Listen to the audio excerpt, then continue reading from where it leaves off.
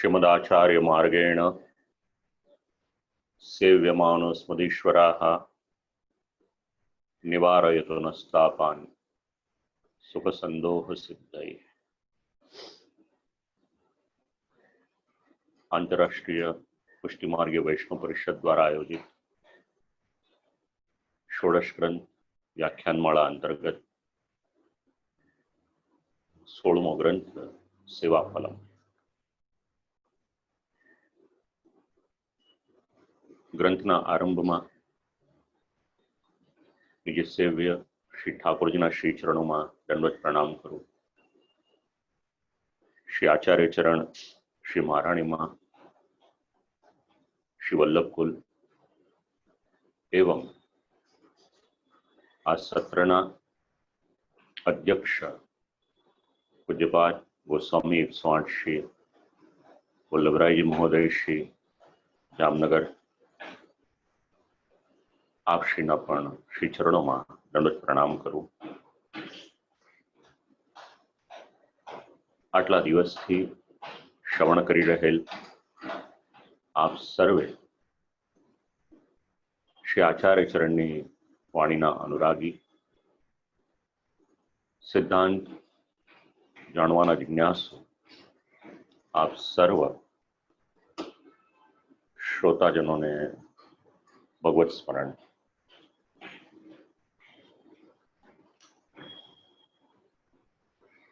सेवाफलम ग्रंथ षोडश ग्रंथनी यात्रानो आपणो अंतिम पड़ाव आव्यो। आटला दिवस सुधी जे श्रवण कर्युं, सेवा करीए छीए आपणे, सेवामां प्रतिबंध शुं छे, फल शुं छे, आ बधुं निरूपण श्री आचार्य चरण 7.5 श्लोकोमां करे छे अने 14 टीका ग्रंथो छे जे आ ग्रंथने खूब ज सुंदर रीते समजावे छे। विशेष करीने मुख्यत्वे श्री कल्याणदायजीनी टीका અને સાથે સાથે अनुसंधाનમાં બીજી 3 ટીકાઓ હરિપ્રબંધના એટલે ભક્તિની કુંજ અને કંઈક અંશમાં શ્રી વલ્લભ વિદ્યાપીઠનો જે અભ્યાસક્રમ છે એનો આધાર લઈ મુખ્યત્વે ટીકાનો આધાર અને સાદી સમજણને માટે બીજા ગ્રંથોનો આધાર ये प्रमाणे एक विचार करीशुं। तो ग्रंथनु अनुसंधान लेवाने माटे 84 वैष्णवोनो वार्ता प्रसंग जे घरे घरे वैष्णवोने त्याना सत्संगना क्रममां छे। एमां 50मी वार्ता विष्णुदास छीपा।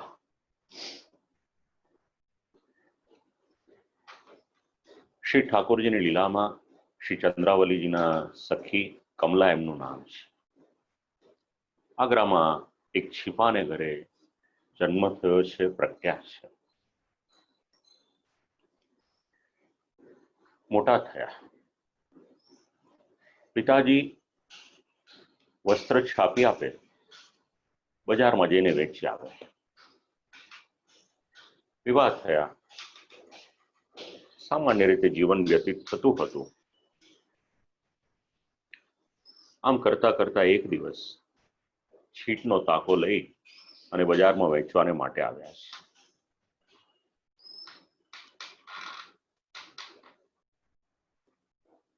ते समये श्री आचार्य चरणना सेवक कृष्णदास योगानुयोग श्री आचार्य चरण पण आग्रा पधार्या हता। सुंदर मजानो छीटनो ताको हतो। श्री आचार्य चरणे आज्ञा करी कृष्णदास ने कि भाई लई लो तमने। श्री महाप्रभुजी ने आज्ञा थई। जईने पूछ्युं विष्णुदास कि आनु शुं छे किंमत। गमी गयो छे आ ताको। જે માંગો તે આપો. વિચાર કર્યો કે આવો ગ્રાહક ક્યાં મળશે? જેટલી રકમ હતી એના 4 ગણા પૈસા કીધા.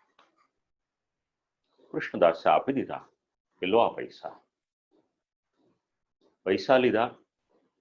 મનમાં વિચાર આવ્યો કે 4 ગણા પૈસા આપે છે તો આનું કારણ શું? અને યોગાનું યોગ. બીજું એક વાક્ય પણ કહ્યું એમણે કે આ તાકો તો લીધો, પણ હજી કોઈ આવા સારા તાકા હોય, વસ્ત્ર હોય તો લઈ આવજો, લઈ લઈશું. વિચાર કર્યો કે આ કોઈ અલૌકિક જીવ લાગે છે, આમની પાસેથી આટલા પૈસા ના લેવા જોઈએ. જો એમનું ધન મારા ઘરે આવશે તો મારા ઘરમાં પણ વૈરાગ્ય આવી જશે.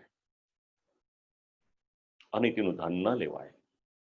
આ વૈષ્ણવના જીવનનો સિદ્ધાંત હજી તો થયા નથી એની પહેલા જ સમજણ આવી ગઈ. તરત જ કહ્યું કે ભાઈ મારે આ વેચવું નથી, આ તમે તમારા પૈસા પાછા લઈ લો, મને તાકો પાછો આપો. કહ્યું કે તાકો તો પાછો ન આપવું, હવે તમે જેટલી કિંમત કીધી એટલા પૈસા આપ્યા તમને, હવે શેને માટે પાછો આપો? અને શેને માટે પાછો માંગો છો?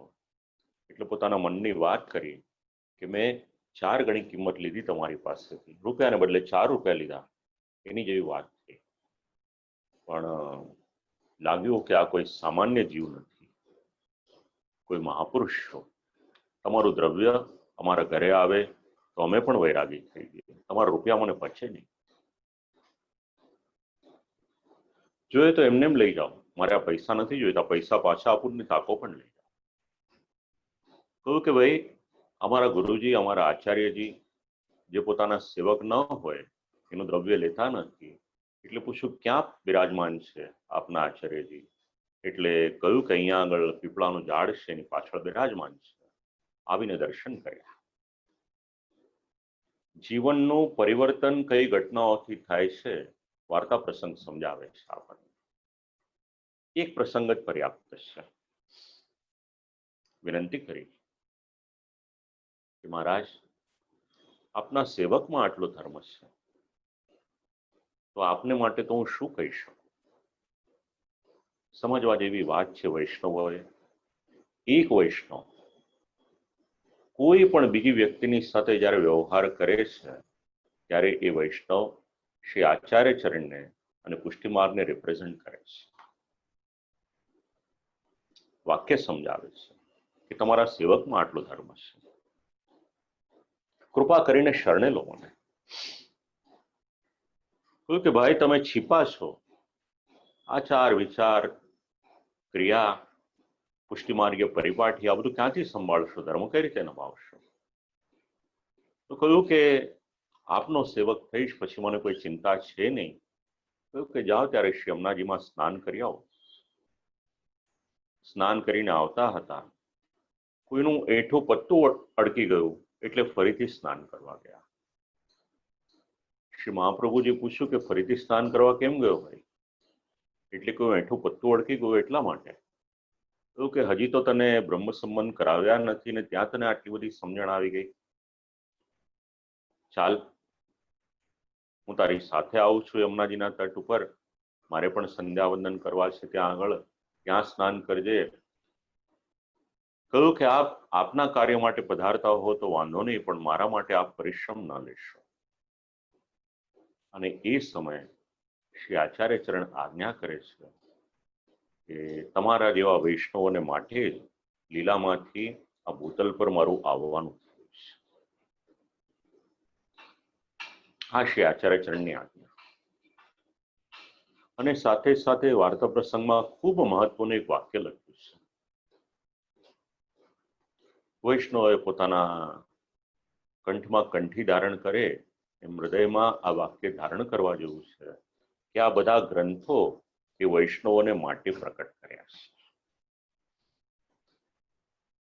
ગ્રંથો તો આપણે વસાવી દઈએ છીએ, પણ વાંચવા, વિચારવાની, શ્રવણ કરવાની જવાબદારી આપણને આ એક વાક્યમાંથી મળે છે, શ્રી આચાર્ય ચરણની આજ્ઞામાંથી. સ્નાન કરાવ્યું, નામ શ્રવણ કરાવી, બ્રહ્મ સંબંધ કરાવ્યા, વિનંતી કરી, દૈન્ય બતાવ્યું કે મહારાજ હું તો મૂર્ખ છું, કૃપા કરો, શાસ્ત્રનું જ્ઞાન થાય, શ્રીમદ ભાગવતનું જ્ઞાન થાય. અને એ સમયે શ્રી આચાર્ય ચરણે સેવાફલ નામનો ગ્રંથ સિદ્ધ કરી અને વિષ્ણુદાસ છીપા એમને શ્રવણ કરાવ્યો છે. તરત જ શાસ્ત્રનું અને પુરાણનું જ્ઞાન થયું, સમજણ આવી ગઈ. પણ વિનંતી કરી કે બધા શાસ્ત્રનું જ્ઞાન થયું, પરંતુ સેવાફલ ગ્રંથનો જે અભિપ્રાય છે એ ન સમજાયો. અને ત્યારે શ્રી આચાર્ય ચરણે આજ્ઞા કરી કે આ ગ્રંથ ખૂબ જ કઠિન છે, 7.5 શ્લોક છે પણ કઠિન છે. અને એ સમયે શ્રી આચાર્ય ચરણે એ જ ગ્રંથ ઉપર ટીકા કરી અને ફરીથી એમને સમજાવી. ત્યારે માર્ગનો જે બધો સિદ્ધાંત હતો એ વિષ્ણુદાસજીને હૃદયારૂઢ થયો, મગ્ન થઈ ગયા. 16 ગ્રંથમાં આ એક ગ્રંથ એવો છે જેની પર શ્રી મહાપ્રભુજીએ સ્વયં વિવરણ જે ટીકા લખેલી છે. અને તત્પશ્ચાત શ્રી આચાર્ય ચરણે આજ્ઞા કરી કે હવે તારે તારો છીંટનો તાકો જોઈતો હોય તો લઈ લે પાછો. કે પ્રભુ એને લઈને શું કરીશ? હવે તો ઘર હોય, સંપત્તિ હોય, એ બધાનો મારે શું વિનિયોગ? કહ્યું કે ઘરે જા, હવે સંસાર તો બાદ નહીં કરે એટલો, અને આમ પણ ઘરે આવે છે પછી પત્ની અને એ બંને અલગ અલગ જ થઈ જાય છે. અને સાથે સાથે આજ્ઞા કરી, જ્યારે શ્રી ગુસાઈજી ગોકુલમાં વાસ કરે ત્યારે ગોકુલમાં જઈને એમની પાસે રહેજે, સંસાર બાદ નહીં કરે. આવી એક આજ્ઞા કરી અને કાયમને માટે તમે ભગવત સેવામાં મગ્ન રહેશો. આ શ્રી આચાર્ય ચરણે એમને આજ્ઞા આપી. દિવસ રાત માનસી સેવામાં મગ્ન રહે છે અને શ્રી આચાર્ય ચરણના દિવ્ય ગ્રંથો, સુબોધિનીજી એના જે દિવ્ય ભાવ છે એ ભાવમાં મગ્ન રહે છે. એવો મહત્વનો આ એક ગ્રંથ છે, એનું નામ છે સેવાફલમ. શ્રી આચાર્ય ચરણ જ્યારે ટીકા લખતા હોય ત્યારે ટીકાનું મહત્વ કેટલું હશે વિચાર કરી જુઓ. કે જ્યારે એની પર વિવરણ કર્યું ત્યારે સંપ્રદાયને માટે તો જેવી રીતે શ્રી વેદવ્યાસજીનો સૂત્ર સહિત ભાષ્ય ગ્રંથ હોય એવું એટલું એનું મહત્વ થઈ ગયું. નિરોધ લક્ષણ પછીનો આ ગ્રંથ છે. ભગવત ગુણગાનમાં તન્મય થયેલ જીવ સેવા વગર રહી ન શકે. તો સેવાનું સ્વરૂપ શું છે, એનું ફલ શું છે, એમાં કેટલા વિઘ્ન આવી શકે અને એનું નિવારણ કઈ રીતે કરવું, ખૂબ મહત્વના આ 4 મુદ્દાઓ આપણને આ ગ્રંથમાં જાણવા મળે છે. સાથે સાથે ટીકાકાર ખૂબ મહત્વના કેટલાક પ્રશ્નો એની ચર્ચા કરે છે. કે શ્રી આચાર્ય ચરણના માર્ગમાં આવ્યા તો માર્ગમાં કહેવામાં આવેલ ભગવાન આ સેવાથી અધિક બીજું કંઈક ફલ આપશે કે મુક્તિ આપશે? એ ફલ પ્રાપ્તિનું કારણ શું છે? સાધન કરવા છતાં પણ પ્રતિબંધ દૂર નથી થતા, એવું મારી સાથે થવાનું કારણ શું છે? સાધારણ લૌકિક ભોગનો ત્યાગ શેના માટે કરવો જોઈએ? અને કદાચ પુષ્ટિમાંથી જ્ઞાન માર્ગમાં જઈએ તો પહેલા કરેલી સેવા માન્ય ગણાશે કે નહીં? એનું અસ્તિત્વ રહેશે કે નહીં? ફલ પ્રાપ્તિ કઈ રીતે થશે? આવા ઘણા બધા પ્રશ્નો. એનું નિરૂપણ, એનો ઉત્તર ટીકાકાર આપણને આ ગ્રંથમાં સમજાવે છે. અને ગ્રંથના પ્રયોજનને માટે એક ટીકાકાર પોતાનો મત આપે છે કે સિદ્ધાંત મુક્તાવલીમાં શ્રી આચાર્ય ચરણે સેવાના વિષયમાં આજ્ઞા કરી,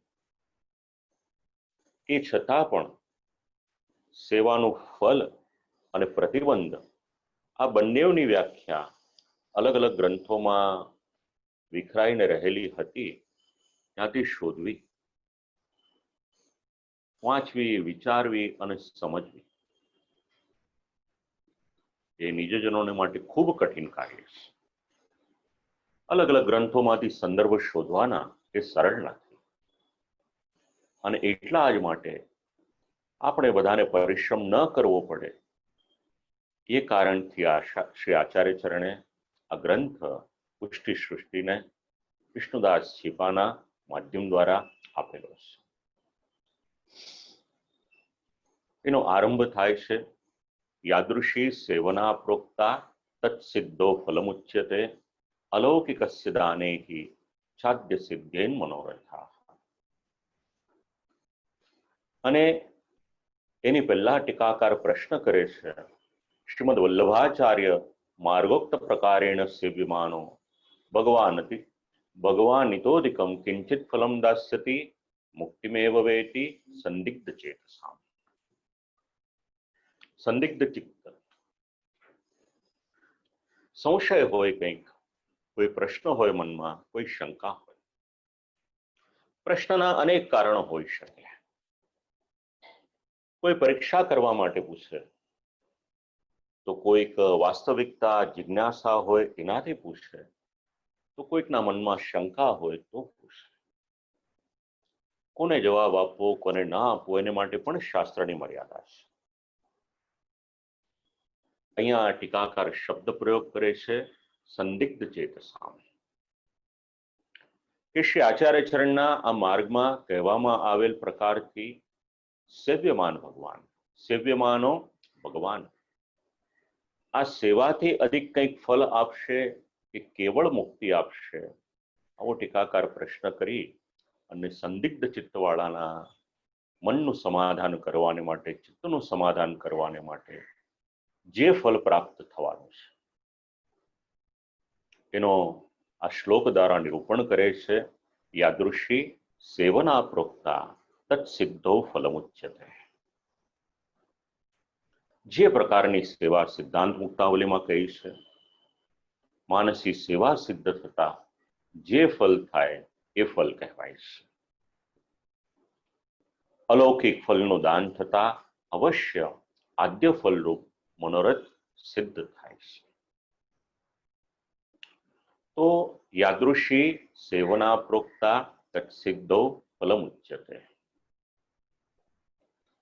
શ્રી આચાર્ય ચરણ જે કહેવા માંગે છે, આ ભક્તિ માર્ગમાં અમે પ્રકર્ષ રૂપથી જે પ્રકારની સેવા, એટલે ચેતસ તત્પ્રવણમ સેવાની જે આજ્ઞા કરી, જે સિદ્ધ થાય છે, એ સિદ્ધ થવા પર જે ફલ પ્રાપ્ત થાય છે, એટલે ફલ મળે છે. સત્યામ યત ફલમ ભવતી તદુચ્યતે, એ ફલને શ્રી આચાર્ય ચરણ કહી રહ્યા છે. અસ્ય ગ્રંથસ્ય ગૂઢાર્થત્વાત. ગ્રંથ એટલો બધો ગૂઢ છે. તદ વિવરણમ અપી, કે એનું વિવરણ શ્રીમદ આચાર્ય કૃતવંત, શ્રી મહાપ્રભુજીએ શ્રી આચાર્ય ચરણે કરેલું છે. તો સેવ્યમાન ભગવાન પોતાની કૃપા અનુસાર ઉત્તમ, મધ્યમ અને સાધારણ આ પ્રકારથી ફલ આપે છે. એટલે ગ્રંથમાં એવો ક્રમ પણ વિચારવામાં આવ્યો છે, ઉત્તમ ફલ, મધ્યમ ફલ અને સાધારણ ફલ. આ ફલ 3 પ્રકારનું છે, અને એટલા જ માટે શ્રી આચાર્ય ચરણ સેવાયામ ફલત્રયમ એવી આજ્ઞા કરે છે. તો યાદૃશી સેવના પ્રોક્તા, તો સેવાના કોઈ અલગ અલગ પ્રકાર ખરા કે નહીં? તો સેવાના અલગ અલગ પ્રકારનું નિરૂપણ સેવના ચ પ્રાગુક્તા ત્રિવિધા અત્યંતરંગા, અંતરંગા, બહિરંગા ચેતિ પ્રશબ્દેન સૂચ્યતે. 3 પ્રકારની સેવા છે. એક છે અત્યંતરંગ સેવા, જેમાં શ્રી ઠાકોરજીના શિયંગનો, કોમલ શિયંગનો સ્પર્શ કરવામાં આવે છે, પ્રેમપૂર્વક થાય છે. બીજી સેવા છે અંતરંગ સેવા, મંદિર પાત્ર સંમાર્જનોપલેપન ચિત્રકરણ પૂર્વક. એમાં મંદિરના પાત્ર એને ખાસા કરવા, અનેક પ્રકારના લેપન ઇત્યાદિ, સિંહાસન, શૈયા સજાવી, પ્રભુને માટે ખીલોના રમકડા સજાવવાના હોય, ખંડપાઠ, ચોકી, આ બધું જેમાં આવે છે અંતરંગ સેવા. અને એક સેવા છે બહિરંગ સેવા. એમાં પુષ્પ, ગંધ, તાંબુલ, ફલ, કંદમૂલ, આવું બધું. એટલે પુષ્પ છે, સુગંધ છે, પાન સુપારી છે, કંદમૂલ છે, શાક છે, કાચી પાકી વસ્તુઓનો એટલે ફળોનો રસ છે, એને સિદ્ધ કરવામાં આવે. અને પ્રભુ સેવામાં ધન, વસ્ત્ર, આભૂષણ વગેરેની વ્યવસ્થા કરવામાં આવે. અને એ બધાને માટેનું પણ જે જ્ઞાન હોય આડેધડ નહીં, એ પ્રકારે જે સેવા કરવામાં આવે એ બહિરંગ સેવા છે. 3 શબ્દો માટે આમ તો ઘણું જ વિચારી શકાય. આ યાદૃશ પદસ્યાર્થ, આજે શ્રી આચાર્ય ચરણ જે ગ્રંથનો આરંભ કરે છે એમાં સર્વપ્રથમ જે પદ છે એનો એક ટીકાકારે આ પ્રમાણે અર્થઘટન કર્યું છે. હવે શ્રી આચાર્ય ચરણ સ્વયં આ ગ્રંથ ઉપર જે વિવરણ કરે છે સાથે સાથે એને પણ આપણે લેતા જઈશું, સમજવામાં સાનુકૂળ રહેશે. તો સેવાયામ ફલત્રયમ અલૌકિક સામર્થ્યમ સાયુજ્યમ સેવોપયોગી દેહો વૈકુંઠાદિશ. એક અક્ષરમાં પણ જો ફેરફાર થાય તો આખું અર્થઘટન બદલાઈ જાય. તો સેવામાં 3 ફલ પ્રાપ્ત થાય. પહેલું ફલ કયું? અલૌકિક સામર્થ્યમ, અલૌકિક સામર્થ્ય. બીજું ફલ સાયુજ્યમ, એટલે સાયુજ્ય. અને ત્રીજું ફલ સેવોપયોગી દેહો વૈકુંઠાદિશુ. વૈકુંઠાદિ એટલે વૈકુંઠ વગેરેમાં ભગવત સેવામાં ઉપયોગી દેહ એની પ્રાપ્તિ થવી, આ 3 ફલ મળે છે. તો ઉત્તમ ફલ કયું? એટલે તત્રોત્તમમ ફલમાહુઃ અલૌકિક સામર્થ્યમિતિ. ઉત્તમ ફલ એટલે અલૌકિક સામર્થ્યની પ્રાપ્તિ. હવે આપણા મનમાં વિચાર આવે કે અલૌકિક સામર્થ્ય એટલે શું? તેનો સંબંધ તનુનવત્વની સાથે છે. પણ પહેલા ટીકાકારના મતને જાણી લઈએ, પછી આપણે સરળતાથી આપણી ભાષામાં એનો વિચાર કરીએ. ભગવતા સહગાનાદૌ સામર્થ્યમ મુખ્યાનામિવા. કે ભગવાનની સાથે ગાન વગેરે કરવાનું સામર્થ્ય પ્રાપ્ત થાય છે વગેરેમાં ઘણું બધું આવી ગયું. જેવી રીતે મુખ્ય ગોપિકાઓને અર્થાત નિત્ય સિદ્ધા ગોપિકાઓને પ્રાપ્ત થયું હતું, આ જે ફલ છે આ મુખ્ય ફલ છે. હવે જરાક આપણે આપણી ભાષામાં એનો વિચાર કરીએ સરળતાથી. સેવા કરતા કરતા શરીર અને ઇન્દ્રિયો ભગવત સ્પર્શ થાય શરીર દ્વારા. તન, મન અને ઇન્દ્રિયો એ ભગવદમય બની જાય અને ભગવાનની કૃપા થાય. ભગવાનના જે ગુણો છે એ ગુણોનો કંઈક અંશ પૂર્ણ રીતે તો મળી ન શકે, કારણ કે જીવની યોગ્યતા નથી. પૂર્ણ રીતે મળી જાય તો પછી ભગવાનમાં અને જીવમાં તફાવત શું રહે? એટલે કંઈક અંશની પ્રાપ્તિ થાય. એટલે ભગવાનનું જે દિવ્ય સામર્થ્ય છે એમાંથી કંઈક માત્રામાં પ્રાપ્તિ થાય. અને એ સ્થિતિ જ્યારે પ્રાપ્ત થાય ત્યારે એને તનુનવત્વ એ પ્રમાણે જાણવામાં આવે. અને તનુનવત્વની આવશ્યકતા શું? તો ભગવાનના દર્શન કરવા હોય, ભગવત સેવા કરવી હોય દિવ્ય લોકમાં, તો ત્યાં આગળ તમારી ને મારી આ જે આંખ છે એના દ્વારા એ ભગવત સ્વરૂપને આપણે નિહાળી શકીએ કે કેમ, એ પ્રશ્ન છે. તો ત્યાં આગળ દિવ્ય દ્રષ્ટિની જરૂરિયાત પડશે, અને એ દ્રષ્ટિ ભગવાન કૃપા કરે ત્યારે પ્રાપ્ત થાય છે. જેવી રીતે વાર્તા પ્રસંગોમાં પ્રસંગ છે, કોઈક સેવકને તેના દીકરાને શ્રી ઠાકોરજીના દર્શન કરવા હતા, તો સાંજના સમયે ગોચારણ લીલા કરીને પ્રભુ પાછા પધારતા હતા, ત્યારે પ્રભુના દર્શન થાય છે. તો કોઈક સેવકને યમુનાજીના જલમાં સાક્ષાત યમુનાજીના દર્શન થાય છે. આ બધું ક્યારે થાય? જ્યારે એ સમયે તો ગુરુની કૃપાથી પ્રાપ્ત થયું, પણ શ્રી ઠાકોરજી કૃપા કરે અને જે રીતની દિવ્ય દ્રષ્ટિ સુરદાસજીને આપી, આંખ તો હતી જ નહીં એવું કહેવાય છે, ચામડી હતી આંખની જગ્યાએ. તો એ કૃપા જ્યારે મળે ત્યારે દ્રષ્ટિ, અને વધારે કૃપા થાય તો દેહ, એ દેહને પણ અલૌકિક બનાવી દે. બહારથી કદાચ યથાવત લાગે બધું, પણ આમૂલ પરિવર્તન થઈ જાય, આવું તન્મયત્વ પ્રાપ્ત થાય તો અલૌકિક સામર્થ્ય એમાં સહાયકારી થઈ શકે. હૃદયમાં સાક્ષાત ભગવાન અને ભગવાનની લીલાઓ એનો અનુભવ થવા લાગે ત્યારે સમજવું કે વ્યસન અવસ્થા પ્રાપ્ત થઈ ગઈ,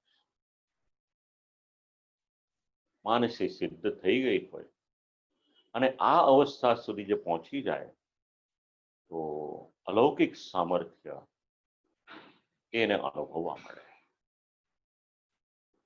જ્યારે દેહ છોડે છે અને ત્યાર પછી જ્યારે ગોલોકમાં જવાનો સમય આવે છે, અને ત્યાં આગળ એક અલૌકિક સતી દેહની પ્રાપ્તિ થાય છે, બસ એ જ તન્મયત્વ. પછી એને પંચમહાભૂતના દેહની સાથે કે લેવા દેવા ન હોય, અને એ તન્મયત્વ દ્વારા શ્રી ઠાકોરજીનું દિવ્ય ધામ નિત્ય લીલામાં શ્રી ઠાકોરજીના સન્મુખ ભગવત સેવા કરતા કરતા સતત રમણ કરે અને અલૌકિક લીલાઓનો અનુભવ કરે, આ એને પરમ ફલની પ્રાપ્તિ થાય છે. દરેકને ન મળે. આ કર્મ માર્ગ, જ્ઞાન માર્ગમાં આ મળવું એ શક્ય નથી. શ્રીમદ ભાગવતજીમાં કેટલા બધા ભક્તો છે ભગવાનના. ભગવાનનું ચરિત્ર અને ભગવાનના ભક્તોનું ચરિત્ર, તો કેટલા બધા ભક્તો છે, એ છતાં પણ પરમ ફલની પ્રાપ્તિ થઈ છે, તો એ તો વ્રજવાસીઓને થઈ છે. અલૌકિક સામર્થ્ય. એવી જ રીતે પુષ્ટિમાં જે છે એમને અલૌકિક સામર્થ્યની પ્રાપ્તિ થાય છે. આવો પણ એક મત જાણવામાં આવે છે. આ એક ફલ છે.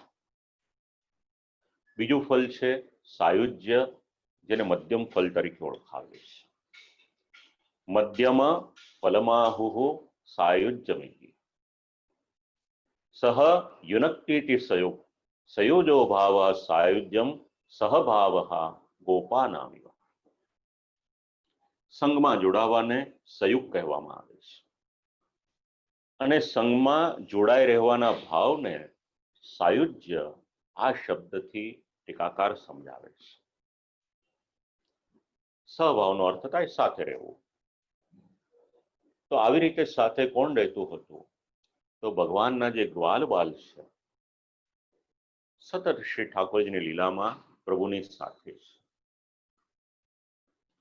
અને સાયુજ્યનો એક અર્થ એવો પણ થાય છે કે એમાં ને એમાં ભળી જવું.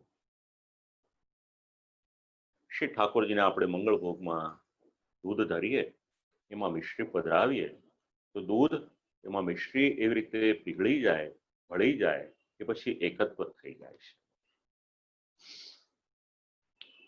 પણ કર્મ માર્ગ હોય એમાં સાયુજ્ય મળે તો અક્ષર બ્રહ્મ એનાથી અલગ એવું અસ્તિત્વ રહે નહીં.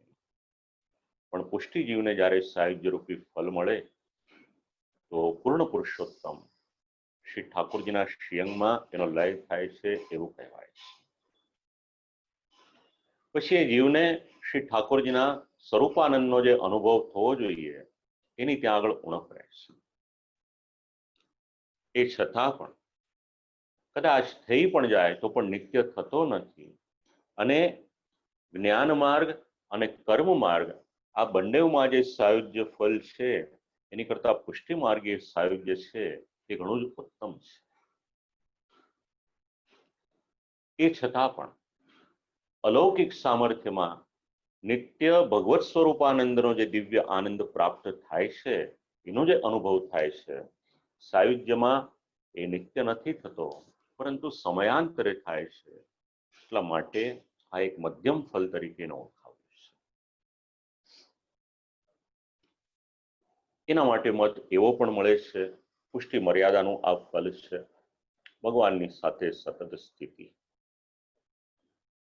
અને ત્રીજું ફલ વૈકુંઠમાં ભગવત સેવામાં ઉપયોગી દેહ, સાધારણ ફલ. સાધારણમ ફલમાહુ સેવોપયોગી દેહો વૈકુંઠાદિશ્વતિ. એટલે ભગવાનના વૈકુંઠમાં ભગવત સેવામાં ઉપયોગી દેહની પ્રાપ્તિ એને સાધારણ ફલ એ શબ્દથી સમજાવ્યું છે. આદિ પદાર્થ ભૂલોકે ઉદ્ધવાદિનામિવા. અને ક્યારેક એવું પણ બની શકે, આદિ શબ્દનું અર્થઘટન કરે છે ટીકાકાર, કે આ ફલ પ્રાપ્ત થવા પર વૈકુંઠમાં તો સેવોપયોગી દેહ પ્રાપ્ત થશે જ, પરંતુ કદાચ ભગવાનનો કોઈ અનુગ્રહિત જીવ હોય તો આ ભૂતલ પર પણ એ શક્ય થઈ શકે. તો એવું કોઈને ફલ મળ્યું હતું કે નહીં, એટલે શબ્દ પ્રયોગ કર્યો છે ઉદ્ધવાદિનામિવા. ઉદ્ધવજી ઇત્યાદિને આ ફલ મળ્યું. હવે વૈકુંઠમાં સેવોપયોગી દેહ, ભગવાનનો દિવ્ય ધામ, ત્યાં આગળ જાય તો ભગવત સેવામાં જે સહાયક છે એમાં પક્ષીઓ પણ સહાયક છે, ગાયો પણ સહાયક છે, વૃક્ષો પણ સહાયક છે. પ્રભુ પધારે ત્યારે પ્રસન્નતાને માટે પક્ષીઓ કલરવ કરે છે. ક્યારેક શ્રી ઠાકોરજીને જગાડવાના હોય તો ગાયના કંઠમાં જે ઘૂઘરીઓ બાંધેલી હોય, કંઠીઓ બાંધેલી હોય, ઘંટડીઓ બાંધેલી હોય, એનાથી પણ જાગે છે. આપણે ત્યાં જે ઘંટનાદનો પ્રકાર છે એની ભાવના જાણશો તો ગાય તરીકે એ પ્રમાણે પણ સેવા આપી શકે, અને સાથે સાથે ભગવત સેવામાં સામગ્રીમાં જે દૂધ જોઈએ એ પણ વિનિયોગમાં આવી શકે. અને વૃક્ષ પરોપકારનું મૂર્તિમંત સ્વરૂપ, એનું નામ વૃક્ષ. આખો જ જીવન પોતાના માટે નહીં પણ બીજાના માટે જીવે છે. પથ્થર મારનારને પણ ફલ આપે, આ વૃક્ષનો સ્વભાવ છે. તો વૃક્ષ શું સેવા કરે શ્રી ઠાકોરજીની? તો છાયા આપે છે. અને ભગવાન જ્યારે વનમાં પધારે છે, આજે બધે વન્ય સંપત્તિની વાત થાય છે, નેચરની વાત થાય છે. શ્રીમદ ભાગવતના કેટલા બધા શ્લોકો એવા છે, અને વૃક્ષની મહત્તા તો ભગવાન સ્વયં શ્રીમુખે ગાન કરે છે શ્રીમદ ભાગવતમાં, કે વૃક્ષ પોતાનું આજીવન વિશ્વનું કલ્યાણ કરવાને માટે તત્પર હોય છે. તો ત્રીજું ફલ વિચારવું હોય તો આ રીતનો સેવોપયોગી દેહ. પછી વેણુગીત, યુગલગીત ઇત્યાદિનું અનુસંધાન લેવું પડે કે પ્રભુ જ્યારે વેણુનાદ કરે ત્યારે પ્રત્યક્ષ અધર સુધા એમને તરત જ ન મળે, પણ પરોક્ષ રૂપે એ અધર સુધા એમને મળે છે. વેણુગીત શ્રવણ કરો એટલે ખ્યાલ આવી જશે આ વાત. ગોપ્ય કિમાચરદેમ કુશલમ સ્મ વેણુર, ત્યાં આગળ એનું અનુસંધાન ટીકાકારે નથી આપ્યું, પણ લેવું હોય તો લઈ શકાય આપણે. તો પુષ્ટિ પ્રવાહનું ફલ એવો પણ વિચાર કરવામાં આવ્યો છે. તો આ ત્રણ પ્રકારના ફલ તેનું નિરૂપણ. સેવા સિદ્ધ થવાથી યદિ ભગવાન અલૌકિક દેહાદિનું સંપાદન કરે છે ત્યારે જીવના અન્ય ફલ વિષયક મનોરથ પણ સિદ્ધ થાય છે, એનું નિરૂપણ શ્લોકના ઉત્તરાર્ધમાં અલૌકિકસ્ય દાને હિ ચાદ્ય સિદ્ધેન મનોરથાહ ક્યાં કહી રહ્યા છે? અવશ્ય ફલરૂપ મનોરથ એ સિદ્ધ થાય છે. અલૌકિકસ્ય યોગ્યસ્ય શરીરાદેર દાને. અલૌકિકનું દાન થવું એટલે ભગવત સેવાને માટે ભગવાન દ્વારા એક યોગ્ય શરીરનું દાન. ભગવાનની કૃપા. મનુષ્ય શરીરનું ખૂબ મહત્વ છે. આપણા પુરાણો ખૂબ એનું મહત્વ સમજાવે છે. દુર્લભો માનુષો દેહ, અને એમાં પણ પુષ્ટિમાં છે તો આ દેહનો વિનિયોગ આ લોકમાં હોઈએ તો આ લોકમાં, અને દેહ છૂટે પછી જે દેહ મળે એનો વિનિયોગ કેવળ ભગવત સેવામાં છે. જીવને એ ફલ પ્રાપ્ત કરવાનો કે જીવ એ ફલ પ્રાપ્ત કરવાનો અધિકારી બને છે. આવા શરીરનું દાન મળે ત્યારે અધિકાર સંપત્તો, અને ત્યારે પૂર્વોક્તમ ફલમ પ્રાપ્નોતિત્યર્થઃ. પૂર્વમાં કહેવામાં આવેલ અલૌકિક સામર્થ્યરૂપી ફલ એની પ્રાપ્તિ થાય છે. એટલે અલૌકિક શરીર મળે ત્યારે અલૌકિક સામર્થ્યરૂપી ફલ એને પ્રાપ્ત થાય છે. ઇતિ યુક્તશ્ચાયમર્થઃ. ચોપ્યર્થે એટલે અપી એટલે પણ, એટલે જ્યારે અલૌકિક દેહની પ્રાપ્તિ થશે ત્યારે એનો મનોરથ એ પણ સિદ્ધ થશે. પછી કદાચ ચાદ્યને બદલે ચાલ્પ પાઠ હોય તો એનું પણ નિરૂપણ કરે છે, પણ પછી એ ગ્રામરની ને બધી ટેકનિકલ લેંગ્વેજ થોડી થશે, અસમંજસ થાય, એટલે પાઠભેદમાં વધારે નથી કહેતો, પણ હીન મધ્યમ આ બંને સાધારણ ફલ એ તો જેમ તેમ કરીને સિદ્ધ થશે, પરંતુ ઉત્તમ ફલ એ જ્યાં સુધી દાન ન કરે ત્યાં સુધી સિદ્ધ ન થાય. એટલે ઉત્તમ ફલની પ્રાપ્તિ માટે ભગવાને દાન કરવું એ અનિવાર્ય હોય એવું સમજાય છે. તો મનમાં વિચાર આવે કે દાન માટેનો કોઈ નિયમ ખરો? કોઈ વધારે સેવા કરે તો એને વધારે ફલ મળે, ઓછી સેવા કરે તો ઓછું ફલ મળે, એવો કોઈ નિયમ ખરો? અથવા તો સેવા કરી એટલે આટલું ફલ મળવું જ જોઈએ, તો એવો કોઈ નિયમ નથી.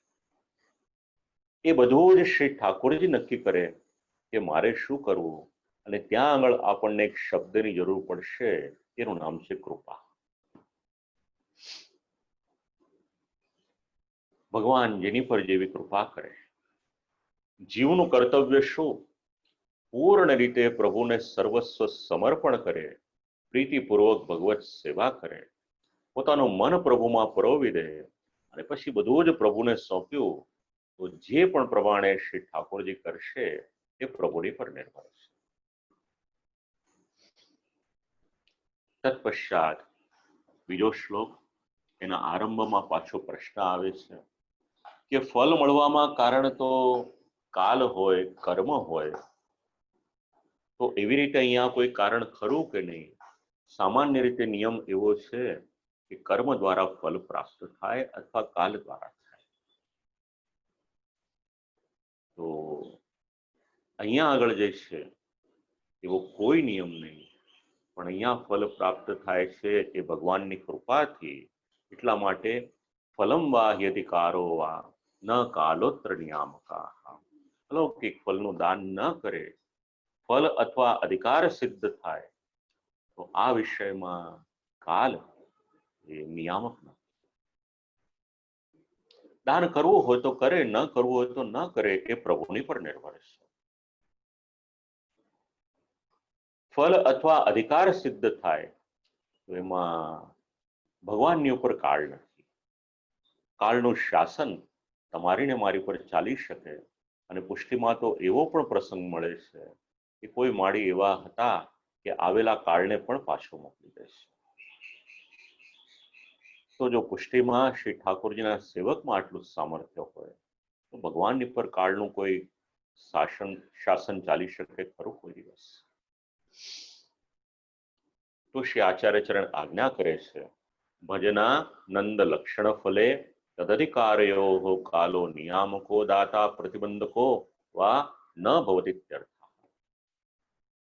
કે ભજનાનંદ રૂપી ફલ એટલે ઉત્તમ ફલ પ્રાપ્ત થવામાં, અને બીજી વાત, ભજનાનંદ રૂપી ફલ પ્રાપ્ત થવામાં બંને અધિકાર એટલે સાયુજ્ય જે મધ્યમ ફલ અને સેવોપયોગી દેહ આ હીન ફલ આ પ્રાપ્ત થવામાં કાલ તો પ્રતિબંધક થઈ શકતો નથી, નિયામક થઈ શકતો નથી.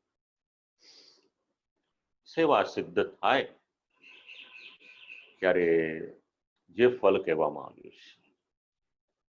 હવે સેવાની સાધન દશામાં જે બાધક હોય તો આપણે ભગવત સેવા તો કરીએ છીએ, સેવાનું ફલ તો સમજાવ્યું છે, સાથે સાથે સાવધાન ક્યાં રહેવાનું, તમારા ને મારા જીવનમાં બાધક કયા આવી શકે એનું પણ નિરૂપણ શ્રી આચાર્ય ચરણ કરે છે. એકદમ ક્લિયર ગાઈડલાઈન કહી શકીએ આપણે આજની ભાષામાં, એવું માર્ગદર્શન આપણને આ ગ્રંથમાંથી મળી જાય છે. શું કરવું ને શું ના કરવું. ઉદ્વેગ પ્રતિબંધો વા ભોગો વા સ્યાત્તુ બાધકમ. તો સેવામાં નડતા પ્રતિબંધો શ્રી આચાર્ય ચરણ વિવરણમાં સમજાવે. સેવાયામ પ્રતિબંધક ત્રયમ ઉદ્વેગ પ્રતિબંધો ભોગો વા. ત્રણ બાધક છે. એક ઉદ્વેગ છે, બીજો પ્રતિબંધ છે અને ત્રીજો ભોગ છે. અને એવી આજ્ઞા કરે છે આચાર્ય ચરણ, ત્રયાણામ સાધન પરિત્યાગ કર્તવ્ય. એટલે આ ત્રણેય જે સાધનોથી ઉત્પન્ન થાય છે એ સાધનોનો જ પરિત્યાગ કરી દેવો. એટલે જળમૂળમાંથી જ એનાથી છૂટા થઈ જાઓ. બધા જીવો એક સમાન સેવા ન કરી શકે તો સેવા કરવામાં પુષ્ટિજીવોને પણ કેટલાક પ્રતિબંધો નડતા હોય છે. તો એમાં પહેલો પ્રતિબંધ, સેવાયામ ક્રિયમાણા યામન્યત્ર ગમન ઈચ્છાદિ ઉદ્વેગ. ઉદ્વેગ એટલે શું? સેવા કરવાને માટે બેઠા છે, તો સેવા કરતી વખતે પ્રભુની સિવાય અન્યત્ર ક્યાંક પણ જવાની ઈચ્છા વગેરે થાય એનું નામ ઉદ્વેગ. જેવી રીતે એક સેવક સેવા કરે અને મનમાં એવો વિચાર કરે કે ક્યારે સેવામાંથી નિવૃત્ત થવું અને જોડા સીવવાને માટે આપેલા છે એ ચંપલ લઈ આવું, આવો મનમાં વિચાર આવે કે અહીંયાથી ઊભો થઈને સીધો ત્યાં જવું, તો આપણે સમજવું હોય તો સમજવાને માટે આ વાતનું અનુસંધાન લઈ શકાય. ઉદ્વેગ એટલે શું? સેવામાં નડતો પ્રતિબંધ. અને અત્યારના સમયમાં તો યુગ ધર્મ એવો છે કે વારંવાર આપણને ઉદ્વેગ કરાવે, કારણ કે ઘણી બધી ચિંતાઓ છે વ્યક્તિને, આપણે કલ્પના ન કરી શકીએ. તો અનેક પ્રકારની ચિંતાઓ સતાવે એટલે મનમાં ઉદ્વેગ થવો એ સ્વાભાવિક છે. ક્યારેક મન ક્યાંક દોડી જાય, ક્યારેક લૌકિકમાં જાય, પાછું પકડીને લાવીએ સેવામાં બેસાડીએ, પાછું જતું રહે. તો આ એક પ્રતિબંધ છે, બાધક છે કે જે સેવામાં નડે છે. અને સેવા કેવળ કાયાથી કરીએ એ ન ચાલે, એની સાથે સાથે મન પરોવાવું અનિવાર્ય છે. તો એક બાધક છે ઉદ્વેગ. બીજી વાત, સેવા સમયે લૌકિક વૈદિક કાર્યાંતરાશક્તિ અન્ય કૃતાંતરાયાદિશ્ચ પ્રતિબંધ. તો પ્રતિબંધ એટલે શું? તો સેવાના સમયમાં લૌકિક વૈદિક અન્ય કાર્યોમાં આપણી આસક્તિ થાય અથવા તો પછી બીજા કોઈ દ્વારા વ્યવધાન થાય, આનું નામ છે પ્રતિબંધ. હવે પોતાનું મન ચકાસતા રહેજો આ બધા શબ્દોની સાથે સાથે, એટલે ખ્યાલ આવશે કે આપણે ક્યાં છીએ. પ્રતિબંધોપી દ્વિવિધઃ. વિવરણમાં તો આ પંક્તિ આગળ છે, પણ અહીંયા લઈ લઈશું તો એક સાથે પ્રતિબંધ સમજવામાં સાનુકૂળતા થઈ જશે. પ્રતિબંધ બે પ્રકારનો છે. સાધારણો ભગવત્કૃતસ્ય, એક સાધારણ છે અને બીજો ભગવાન દ્વારા કરવામાં આવેલો છે એ છે. તો આ નડતર પ્રતિબંધ એટલે અડચણ કહો, અટકાવ કહો. તો સાધારણો ભગવત્કૃતસ્ય, તો સાધારણો પૂર્વમુક્ત. સાધારણ પ્રતિબંધ એટલે શું? તો આપણે આપણા પરિવારમાં રહેતા હોઈએ, ક્યારેક એવું થાય સેવા કરવામાં કંઈક મુશ્કેલી થાય. આપણે સેવા કરતા હોઈએ એમાં સહાયક થવાને બદલે કદાચ એમાં વિઘ્નરૂપ પણ થઈ શકે, અને આપણું કોન્સન્ટ્રેશન જે પ્રમાણે આપણું મન શ્રી ઠાકોરજીમાં પરવાવવું જોઈએ એમાં આપણને કંઈક વિઘ્ન આવે રાખે. અત્યારની પરિસ્થિતિ સાથે વિચારો, કામ ધંધો નોકરી આજીવિકાની મુશ્કેલી હોય, એના કારણે પણ સેવા સારી રીતે ન નભે અને કદાચ સેવા છૂટી જાય તો આ સાધારણ પ્રતિબંધ, આ જીવકૃત પ્રતિબંધ છે. તો એનો ત્યાગ શક્ય છે કે નહીં? તત્ર આદ્યો બુદ્ધ્યાત્યાજ્ય, એટલે થોડીક બુદ્ધિ ચતુરાઈ એમાં કરીશું તેનો ત્યાગ આપણે કરી શકીશું. હવે બીજો પ્રતિબંધ ભગવત્કૃત પ્રતિબંધ. યસ્ય યત સાધનસ્ય ચ પ્રતિકારો ન સંભવતી સ ભગવત્કૃતાઃ. જે પ્રતિબંધ અથવા તેના સાધનોનો પ્રતિકાર આપણે કરી ન શકીએ, સંભવ ન હોય, તો પછી મનને એવી રીતે મનાવવાનું કે પોતે સમજી જવાનું કે આ જે પ્રતિબંધ છે એ સ્વયં ભગવાન દ્વારા કરવામાં આવ્યો છે. આપણને થાય કે ભાઈ ભગવત્કૃત પ્રતિબંધ એટલે શું? તો ભગવાનનું આપેલું શરીર,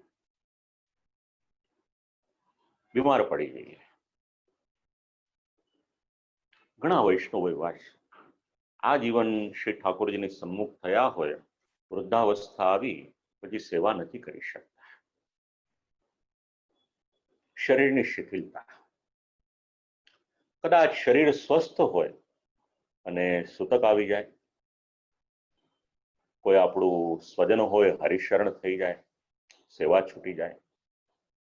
તો આવું બધું જ્યારે આવે જેનો કોઈ ઈલાજ નથી, તો સમજવું કે અત્યારના શ્રી ઠાકોરજીની ઈચ્છા નથી કે આપણી સેવા સ્વીકારે.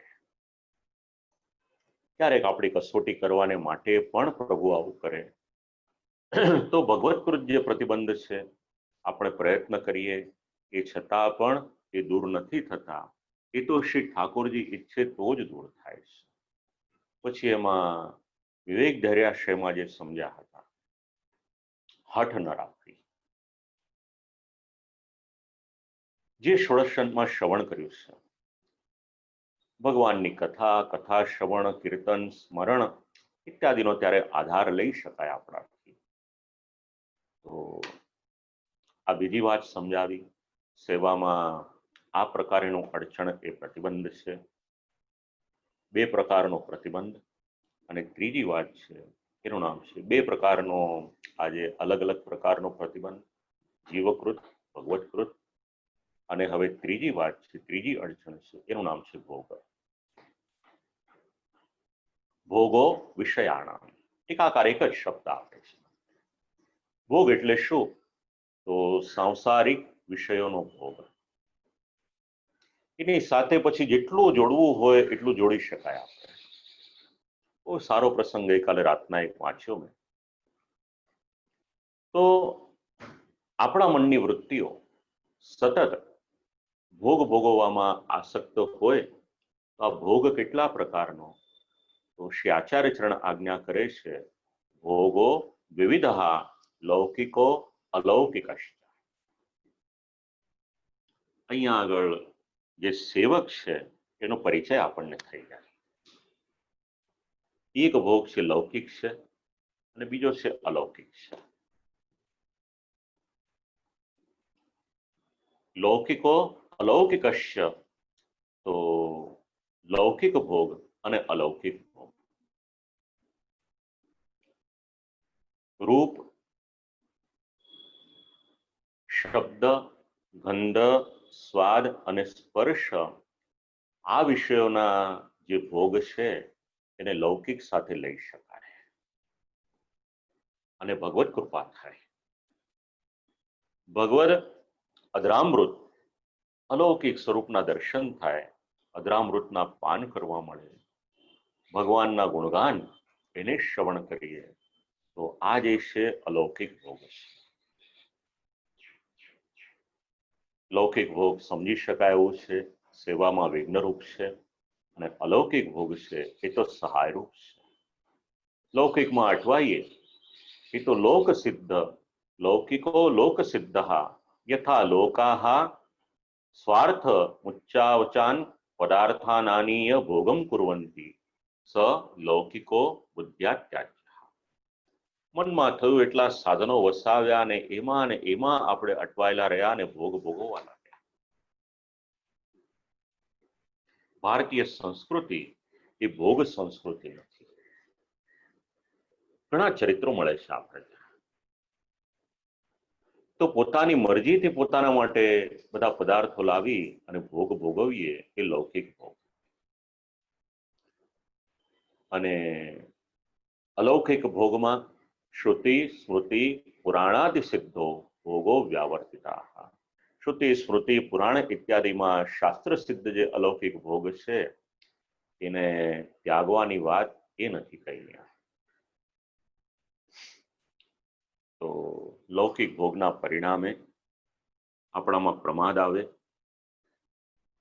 ઇન્દ્રિયો પર કાબુ ન રહે અને ભગવાનથી આપણે દૂર થઈએ. માટે એને ત્યાગવો જોઈએ. અને અલૌકિકસ્તુ ફલાનામ મધ્યે પ્રથમે પ્રવિશતિ.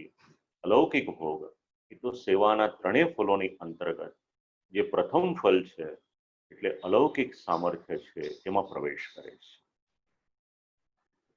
તો અલૌકિક ભોગ કોને મળ્યો?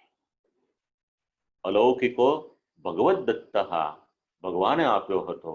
કોને આપ્યો? અંબરીશાદેવ, અંબરીશ વગેરે રાજા. પુષ્ટિ માર્ગના સિદ્ધાંતોની સાથે શ્રીમદ ભાગવત ગૂઢ રીતે જોડાયેલું છે. સવય મન કૃષ્ણ પદાર વિનયો, બધું જ હતું અંબરીશ રાજાની પાસે.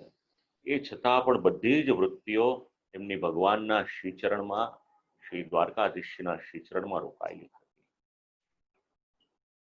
કઈ એમને બાધા ન કરી શકે. અને એવા ભક્તને માટે ભગવાન પોતાનું સુદર્શન મોકલે છે. ભગવાનની કૃપાથી ભોગ મળ્યા હોય પણ એમાં જલકમલવત કઈ રીતે રહેવાનું એનો વિચાર કરવાનો. અલૌકિક ભોગ સાધારણ, મધ્યમ અને ઉત્તમ ફલોમાંથી પ્રથમ ફલ એટલે અર્થાત સાધારણ ફલ અંતર્ગત. હવે જેમ ભગવાન ભક્તને સેવોપયોગી દેહ આપી સેવા કરાવીને પ્રમાદરૂપથી આપવામાં આવેલી વસ્તુઓનો ભોગ કરાવે, આવો અલૌકિક ભોગ હોય, જો ભગવદ દત્ત હોય તો એ ત્યાજ્ય નથી. અલૌકિક ભોગો ન ત્યાજ્ય, આ ટીકાકારના શબ્દો છે. આપણી ભાષામાં વિચાર કરીએ, ભગવત દર્શન કરીએ, ભગવાનના ગુણોનું ગાન કરીએ, શ્રવણ કરીએ. શ્રી ઠાકોરજીની સુંદર મજાની પુષ્પની માલા ધરેલી હોય એને માલાજીને માથે ચડાવીએ, એની સુગંધની પ્રાપ્તિ થાય. અને અધરામૃત તો ભગવાનનો પ્રસાદ એ અધરામૃત જ છે. આપણે આપણા શ્રી ઠાકોરજીના શ્રી અંગને સ્પર્શ કરીએ છીએ તો આ બધા આપણા માટે અલૌકિક ભોગ, એમાં આપણે આપણા દૈનિક જીવનમાં શ્રી ઠાકોરજીની સાથે જોડાયેલા છીએ તો વિચારી શકીએ. સ યદા ભવતી તદા ભગવાન ફલમ ન દાસ્યતિ ઇતિ જ્ઞાતવ્ય. હવે પ્રતિબંધ આવી જાય તો માની લેવું કે ભગવાન ફલ આપવા માંગતા નથી. એની આગળ ત્રીજો શ્લોક મુખ્ય તો બે શ્લોક સમજવામાં, એમાં પણ પાછળની કારિકાઓ સાથે સમજવામાં લઈ લીધી એટલે સમય લાગે. હવેના શ્લોકોમાં એટલો સમય નહીં લાગે. અલૌકિક અકર્તવ્યમ ભગવતા સર્વથા ચેદ્ગતિર્નહિ યથા વા તત્વ નિર્ધારો વિવેક સાધનમ મતમ. ભગવાનને જો સર્વ પ્રકારે ફલનું દાન ન કરવું હોય તો પછી કોઈ પણ પ્રકારનો ઉપાય નથી. અપૂર્વાર્થ. અને ઉત્તરાર્થ. આવી અવસ્થામાં જે રીતે જીવના સ્વરૂપનો નિર્ણય થતો હોય એ કરવો અથવા વિવેકને જ સાધન માને છે. તો અકર્તવ્યમ ભગવતા. અસ્ય શ્લોકસ્ય વિવરણમ ભગવત્કૃતશ્ચેદિત્યારભ્ય વિવેક ઇત્યંતમ. શ્રી આચાર્ય ચરણ વિવરણમાં ભગવતશ્ચેદથી લઈ અને વિવેક સુધી આ શ્લોક સમજાવે છે. હવે ભગવાન ફલ આપવાની ઈચ્છા રાખતા જ નથી તો શું? ભગવત કૃતશ્ય પ્રતિબંધ તદા ભગવાન ફલમ ન દાસ્યતિ ઇતિ મંતવ્યમ. ભગવાન સ્વયં જ્યારે પ્રતિબંધ કરવાની ઈચ્છા કરે કે ભગવાન દ્વારા જ્યારે પ્રતિબંધ થાય છે તો પછી સમજી લેવાનું કે ભગવાન ફલ નહીં આપે એવું માની લેવાનું. તો પછી કોઈ એવું વિચારે કે ભગવાન ફલ ના આપે તો અન્ય દેવોની સેવા કે પૂજા કરવી જોઈએ કે નહીં? ટીકાકાર કેટલું બારીકાઈથી સમજાવે છે. તો એનું પણ નિરાકરણ કરી દીધું. તદા અન્ય સેવાપી વ્યર્થા મહાદેવ નારદાદીનામ ભક્તિદાતૃત્વ શ્રવણાન મહાદેવાદિ સેવયા. કોઈ એવો વિચાર કરે કે ચાલો શ્રી મહાદેવજી, શ્રી નારદજી વગેરે ભક્તિ તો આપણને આપી દેશે. તો ટીકાકાર સમજાવે છે અને શ્રી આચાર્ય ચરણના શબ્દોનું અનુસંધાન લે છે. તદા અન્ય સેવાપી વ્યર્થા. તો અન્ય સેવા, હવે જે અન્ય સેવા છે ચોર ટીકાકાર છે. અનેક રીતે એનો અર્થ મળે છે પણ આપણે કેવળ એક જ અર્થ જાણીએ નહીં તો પાછો ગૂંચવાડો થશે. અન્ય સેવાનો અહીંયા એવો અર્થ જાણીએ કે શ્રી મહાદેવજી, શ્રી નારદજી આ બધા દેવતાઓ ભક્તિ આપી દે. આવું સાંભળીને કોઈ વિચારે કે ભાઈ અમે એમના દ્વારા ફલ સિદ્ધિ કરીએ તો ટીકાકાર સમજાવે છે નૈતત ફલ સાધિકેત્યર્થ. જો ભગવાનની ઈચ્છા નહીં હોય તો પછી એ ફલ નહીં મળે તો શું કારણ એનું? તદા આસુરોયમ જીવ ઇતિ નિર્ધાર. આ શ્રી આચાર્ય ચરણના વચન છે કે આ જીવ કેવો છે? તો આ જીવ આસુરી છે એવો નિર્ધાર કરી લેવો જોઈએ. નિર્ધાર શબ્દ ઉપર વધારે ભાર છે. તો પછી શું કરવું? બીજો ઓપ્શન શું? તદા જ્ઞાન માર્ગેણ સ્થાતવ્યમ શોકાભાવાયેતિ વિવેક. તો કેવો વિવેક રાખવાનો? તો પછી નિર્ધાર કરવાનો શોક દૂર કરવા માટે જ્ઞાન માર્ગમાં રહેવું જોઈએ. આવી આજ્ઞા શ્રી આચાર્ય ચરણ કરે છે. તદા આસુરાહા. આસુરાવેશવાન એટલે એમાં આસુરાવેશી છે એ નિર્ધારણ કરી લેવાનું. અને જો જીવમાં આસુર ભાવ હશે તો સેવામાં પ્રવૃત્તિ એની થશે નહીં. તો પાછો બીજો પ્રશ્ન આવે કે મેં સાધન પણ કર્યા પરંતુ પ્રતિબંધ તો દૂર થતા નથી. એવું મારી સાથે શેને માટે થઈ રહ્યું છે? સાંપ્રત સમયમાં ઘણા બધાના મનમાં આવા જે પ્રશ્ન થતા હોય ટીકાકારોનું નિરાકરણ કરે છે. ભગવાન ઈશ્વરાહ. ભગવાન ઈશ્વર છે. સ્વેચ્છયા સર્વમ દદાતી મમ પ્રાયણ મુક્તિમેવ. એમની ઈચ્છાથી જ બધું કંઈક આપશે. કદાચિત મને પુષ્ટિફલ ન આપી અને મુક્તિ આપશે. તો આ પ્રમાણે વિચાર કરી અને એક વાત બીજી પણ સમજાવે છે ટીકાકાર. તો એ અવસ્થામાં જ્ઞાન માર્ગ દ્વારા શ્રવણ મનન નિધિધ્યાસનાદિ કુર્વતા સ્થેયમિત્યર્થ. એટલે શ્રવણ મનન નિધિધ્યાસન જે જ્ઞાન માર્ગમાં સમજાવ્યું છે એ પ્રમાણે જ यथा तत्त्वनिर्धारो भवति तथायम विवेको वा साधने इत्यर्थः કે ભગવાન ફળ આપવા ઈચ્છતા નથી એવો તત્વ નિર્ધાર કરી લેવા. અત્રાયમ ભાવ. દુસ્સંગથી, બહિર્મુક્તાથી અથવા ભક્તનો અપરાધ કરવાથી ભગવાન પ્રતિબંધ કરે છે એવું પણ થાય છે. ત્રણ વાતથી બચીને રહેજો જીવનમાં. દુસ્સંગાત, સારો સંગ ન મળે તો વાંધો નહીં, ગ્રંથોનો સંગ કરજો, ઉત્તમ છે, પણ દુસ્સંગ ન કરશો. બીજું છે બાહિર્મુખ્ય, બહિર્મુક્તાથી બચીને રહેજો. અને ત્રીજી વાત ભક્તાપરાધેવા, જીવનમાં ક્યારેય પણ જો વૈષ્ણવ જીવન મળ્યું છે, વૈષ્ણવના સંસ્કાર મળ્યા છે, તો ભૂલે ચૂકે પણ કોઈ પણ ભક્તનો અપરાધ કરશો નહીં. શ્રી આચાર્ય ચરણની જે આપણને પ્રસંગો મળે છે અલગ અલગ, એક પ્રસંગ એવો પણ મળે છે કે એક વૈષ્ણવને ત્યાં મુકામ હતો અને એ વૈષ્ણવે બીજા વૈષ્ણવોને માટે અનાયાસે એક વાક્ય કહી દીધું, શ્રી આચાર્ય ચરણે એનો ત્યાગ કરી દીધો. એ અપરાધ ન કરશો. અહીંયા તો જે ફળ મળશે એ વસ્તુ અલગ છે. કદાચ વેર ઝેર થઈ જશે ને જિંદગીભર નહીં બોલો, એટલું પર્યાપ્ત નથી. એનું પરિણામ લાંબા ગાળે શું આવશે અહીંયા આગળ એ સમજાવ્યું છે. ભગવાન પ્રતિબંધમ કરો. અને જો ભગવાન પ્રતિબંધ કરી દેશે પછી ભલે ગમે એટલી અન્ય દેવતાઓની સેવા કર્યો, અન્ય સેવયા સતો વા મુખ્યમ ફલમ ન ભવતિ ઇત્યર્થઃ, તો પુષ્ટિ માર્ગમાં આવી અને જે મુખ્ય ફલ છે એનાથી વંચિત રહી જશો. હવે કોઈના મનમાં એવો પ્રશ્ન થાય, નનો સાધારણો લૌકિકો ભોગ કિમર્થમ ત્યાગ્ય, ભોગ ભોગવતા સેવા કરીએ તો તમને શું વાંધો છે? તો એનું નિરાકરણ કરે છે બાધકાનામ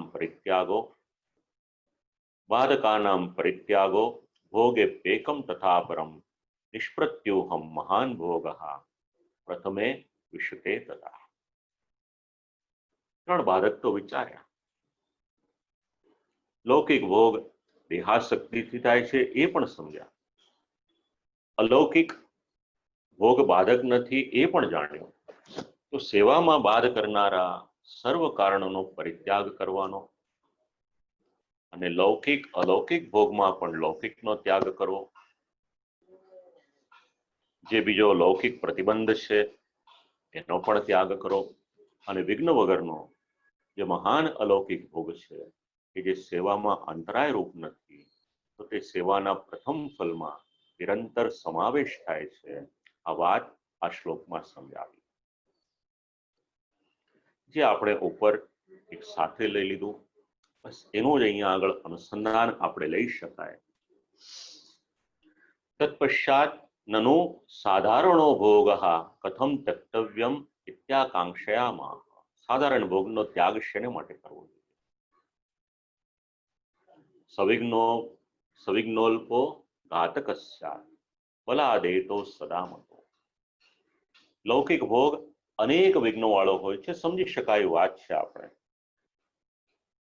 એની સાથે સાથે એક ક્ષણિક પણ છે અને અલ્પ પણ છે.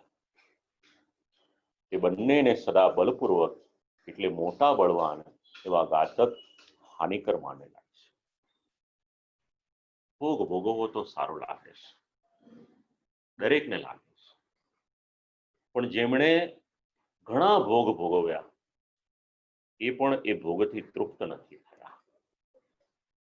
યયાતિનું ચરિત્ર વાંચો, ભર્તૃહરિનું ચરિત્ર વાંચો તો આ વાત સમજાઈ જશે.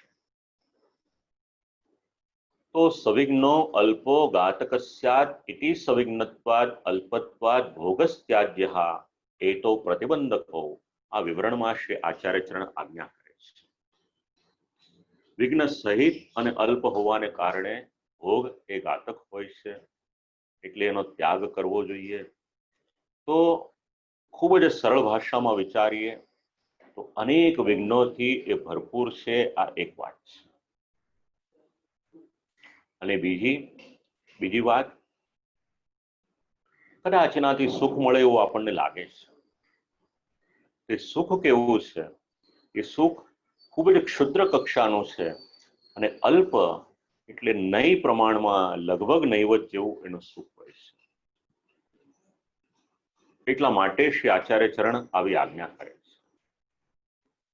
દ્વિતીય સર્વથા ચિંતા ત્યાજ્યા સંસાર નિશ્ચયાત. અને ભગવાને જો પ્રતિબંધ કર્યો છે પછી એમાં મનમાં ચિંતા કરશો નહીં, કારણ કે ભગવત્કૃત પ્રતિબંધ છે.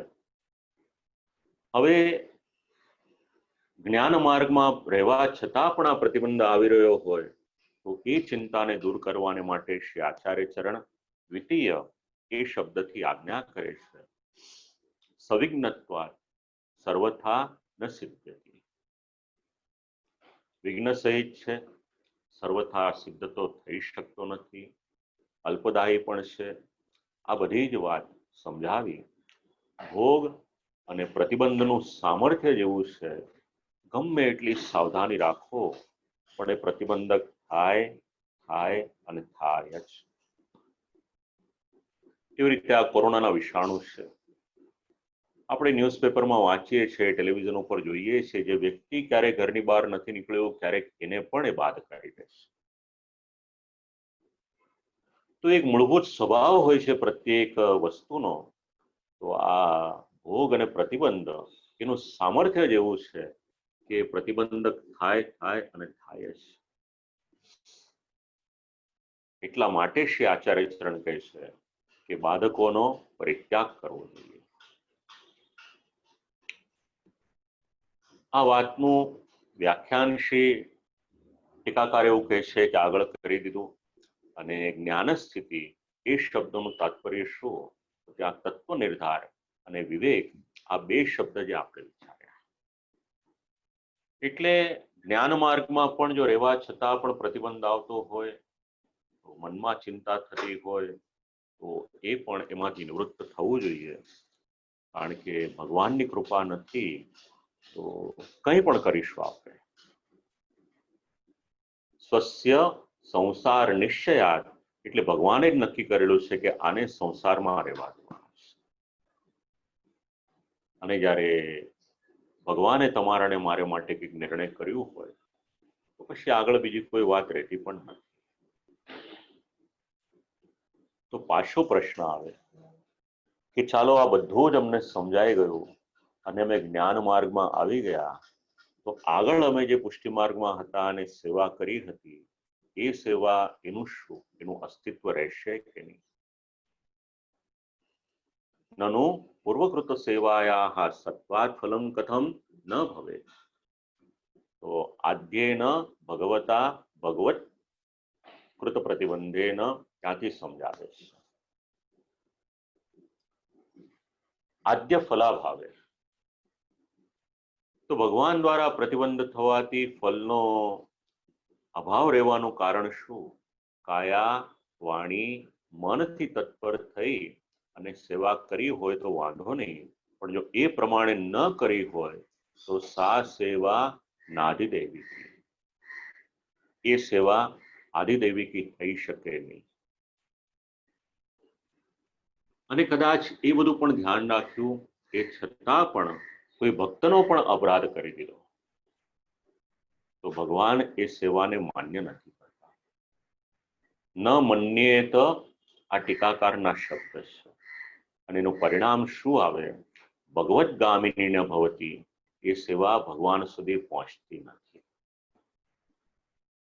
એક વખત ન સમજાય ફરીથી સાંભળજો. વૈષ્ણવનું જીવન જીવવું થોડું અઘરું છે, પણ શરૂઆતમાં જે અઘરું લાગે એનું ફલ અંતમાં ખૂબ જ સુખદાયક હોય છે, આવો શાસ્ત્રનો મત છે. જો વૈષ્ણવ થયા છો, ભૂલે ચૂકે પણ કોઈ એવું કાર્ય ન કરશો કે જેમાં વૈષ્ણવત્વ એ લજ્જાય. જીવન જીવવાના પ્રિન્સિપલ્સ આપણને આ ષોડશની પાઠશાળા આપે છે. અને પુષ્ટિફલને સિદ્ધ કરવા વાળી સેવા કઈ? તો આદિદેવિક્યા એ તો આદિદેવિકી સેવા છે. હવે એવી ચિંતા ન કરવી કે મને ફલ કઈ રીતે પ્રાપ્ત થશે. આ ચોથો પાંચમો શ્લોક એ તાત્પર્ય આપણને સમજાવે છે. હવે કોઈ એવું વિચારે કે ચલો ભાઈ હું સેવા પણ કરતો રહું, પ્રતિબંધ પણ થતા રહે, ભોગ પણ ભોગવતો રહું અને સાથે સાથે ભગવત સેવા પણ કરું તો શું? અત્યારની પરિસ્થિતિને આ શ્લોક સમજાવે છે. નત્વાદ્યે દાતૃતા નાસ્તિ તૃતીયે બાધકમ ગૃહમ અવશ્યેયમ સદા ભાવ્યા સર્વમન્યન મનોભ્રમા. ખરેખર પ્રથમ પ્રતિબંધ ઉદ્વેગમાં ભગવાનને ફલ નહીં આપવાની ઈચ્છા નથી. ત્રીજા પ્રતિબંધમાં ગૃહ બાધક રૂપ છે. આ ફલત્રયી અને પ્રતિબંધત્રયી જે પોતાને આધીન નથી તેની ભાવના કરવી બીજું સર્વ મનનો ભ્રમ છે. આ શ્લોકનો અનુવાદ છે. તો નન્વાદ્યે દાતૃતા નાસ્તિ આદ્ય ફલાભાવે ભગવતો દાતૃત્વમ નાસ્તિ. જેને આદ્ય ફલ નથી મળતું તો ભગવાનની એ આપવાની ઈચ્છા નથી, ત્યારે એ સેવા આદિદૈવિકી નથી. આ શ્રી આચાર્ય ચરણે આજ્ઞા કરી છે વિવરણમાં. તૃતીયે બાધકમ ગૃહમ ભોગાભાવસ્તદેવ સિદ્ધતિ યદા ગૃહ પરિત્યાગ. સાધારણ ભોગનો ત્યાગ ક્યારે થાય? તો ગૃહ પરિત્યાગ, ઘરનો પરિત્યાગ કરો ત્યારે. હવે આટલી મહેનત કરીને, જીવનભર મહેનત કરીને ઘર બનાવીએ તો ઘર આપણાથી છૂટે ખરું? તો ગૃહ પરિત્યાગનો અર્થ શું થાય? ગૃહ પરિત્યાગનો અર્થ એક ટીકાકાર સમજાવે છે. કૃષ્ણાર્થમેવ ગૃહમ પ્રયુંજિત. આ જે વાક્ય છે એટલે ઘરનો ઉપયોગ એ કેવળ અને કેવળ શ્રી કૃષ્ણને માટે જ કરો. ભગવત કૃપાથી ઘર મળ્યું હોય, બધા પોતપોતાનો રૂમ પસંદ કરી લે, પછી છેલ્લે વધે એ જગ્યા શ્રી ઠાકોરજીને માટે રાખીએ એવું નહીં. જ્યારે પણ ઘર બનાવીએ, ઘર લઈએ, જે વ્યવસ્થા હોય. વાર્તા પ્રસંગમાં તો એવો પણ પ્રસંગ મળે છે, એક સિંગલ રૂમમાં એક દંપતી રહેતું હતું, તો પછી શ્રી ઠાકોરજીનું સુખ પૂર્ણ રીતે કઈ રીતે સંભાળ્યું હતું એ પણ વાંચજો જરા ક્યારે.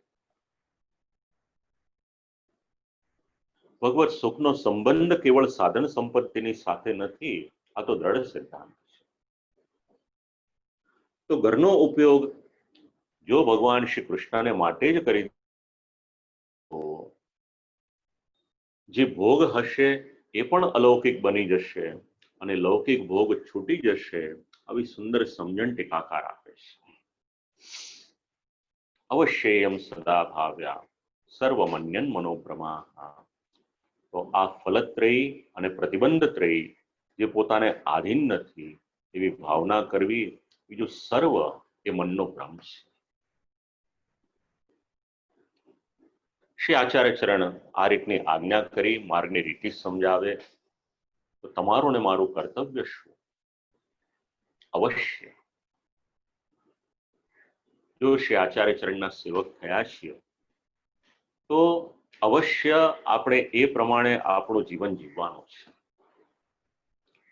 જીવ એને કરવા માટે, પ્રતિબંધ દૂર કરવાને માટે, ભગવત્કૃત પ્રતિબંધ દૂર કરવાને માટે પ્રયત્ન કરે તો એ થઈ નથી શકવાનું. પણ જો પુષ્ટિફળ પ્રાપ્ત કરવું હોય તો જે રીત શ્રી આચાર્ય ચરણ સમજાવી છે એનું આપણે પાલન કરવું જોઈએ. તો ફલત્રયી અને પ્રતિબંધત્રયી. ફલત્રયી એટલે અલૌકિક સામર્થ્ય, સાયુજ્ય અને સેવોપયોગી દેહ. પ્રતિબંધત્રયી એટલે ઉદ્વેગ, ભોગ અને પ્રતિબંધ. આ ત્રણેય ફલ મેળવવા અને પ્રતિબંધ હટાવવા એ જીવને માટે અવશ્ય, એટલે પોતાના સામર્થ્યમાં નથી પરંતુ ભગવાનના હાથની વાત હોય ત્યારે શું કરવું કે ભાવ્યા એટલે ભાવના અવશ્ય કરવી. તો ભાવના કેવી કરવી? જે પ્રતિબંધ આવશે જીવનમાં, અવિશ્વાસો નૈવ કર્તવ્ય યાદ રાખી આપણા જે કૃપા નિદાન શ્રી કૃષ્ણ છે, શ્રી ઠાકોરજી છે, આ બધું જ દૂર કરશે અને ફલનું દાન અવશ્ય કરશે. આ ભાવ્યા અવભાવ મનમાં રાખો. જે પ્રતિબંધ આપણે દૂર કરી શકીએ છીએ એમાં પણ ભગવાનનો ભાવ તો ક્યારે પણ ભૂલશો નહીં. તો ભગવદીયોને તો સ્વતઃ ઉત્તમ ફલ પ્રાપ્ત થઈ જશે. તો ઉપરના સાધન કરવાની જરૂરિયાત શું? તદીયૈરપી તત્કાર્યમ પુષ્ટો નૈવ વિલંબયે. પુષ્ટિ માર્ગમાં ભગવાન એ ક્યારે પણ વિલંબ કરતા નથી. તદીયજનોએ પણ એ કાર્ય અવશ્ય કરવું, એટલે ભલે ગમે એટલી ઊંચી કક્ષાએ ગયા છે. તદીય એટલે કોણ? તદીયૈ પુષ્ટિ માર્ગીયૈરપી તત્કાર્યમ. શ્રી આચાર્ય ચરણની આજ્ઞા દરેકે માનવાની છે.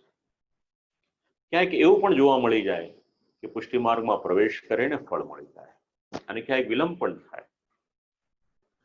તો ભગવાન જ્યારે કોઈકને પુષ્ટિમાં અંગીકાર કરે છે તો વિલંબ નૈવ કુર્યાત, ક્યારે પણ વિલંબ કરતા નથી. તરત જ એને ફલસિદ્ધિ થઈ જાય છે. ગુણક્ષોભેપી. તો ગુણક્ષોભેપી એટલે શું? તો રજ તમ ગુણોને કારણે મનમાં ક્ષોભ થઈ જવા પર હમણાં જે સાધન સમજાવ્યું એ ભાવનાનું સાધન અવશ્ય કરવું. ગુણક્ષોભેપી દ્રષ્ટવ્યમ. શ્રી આચાર્ય ચરણ આજ્ઞા કરે ઇતિ મે મતિ. બધું જ ભગવાન કરશે. સર્વ સામર્થ્યવાન છે. ફલદાનમાં વિલંબ કરે તો એ પણ તમારા ને મારા માટે શ્રેયસ્કર હશે. મનમાં ક્ષોભ ઉત્પન્ન થાય તો અનન્ય ભાવથી ભગવાનની શરણાગતિ ક્યારેય પણ છોડશો નહીં. આ સિદ્ધાંત સમજાવે છે. ક્યારેક દેખાય છે પ્રેક્ટિકલ લાઈફમાં દુઃખ આવે, ભગવાનની સાથેનો સંબંધ છોડી દે છે. ભૂલે ચૂકે એવું કરશો નહીં. તો પછી આ ગ્રંથમાં કહેવામાં આવેલ સાધન શા માટે કરવા? સાધનો તો અનેક છે.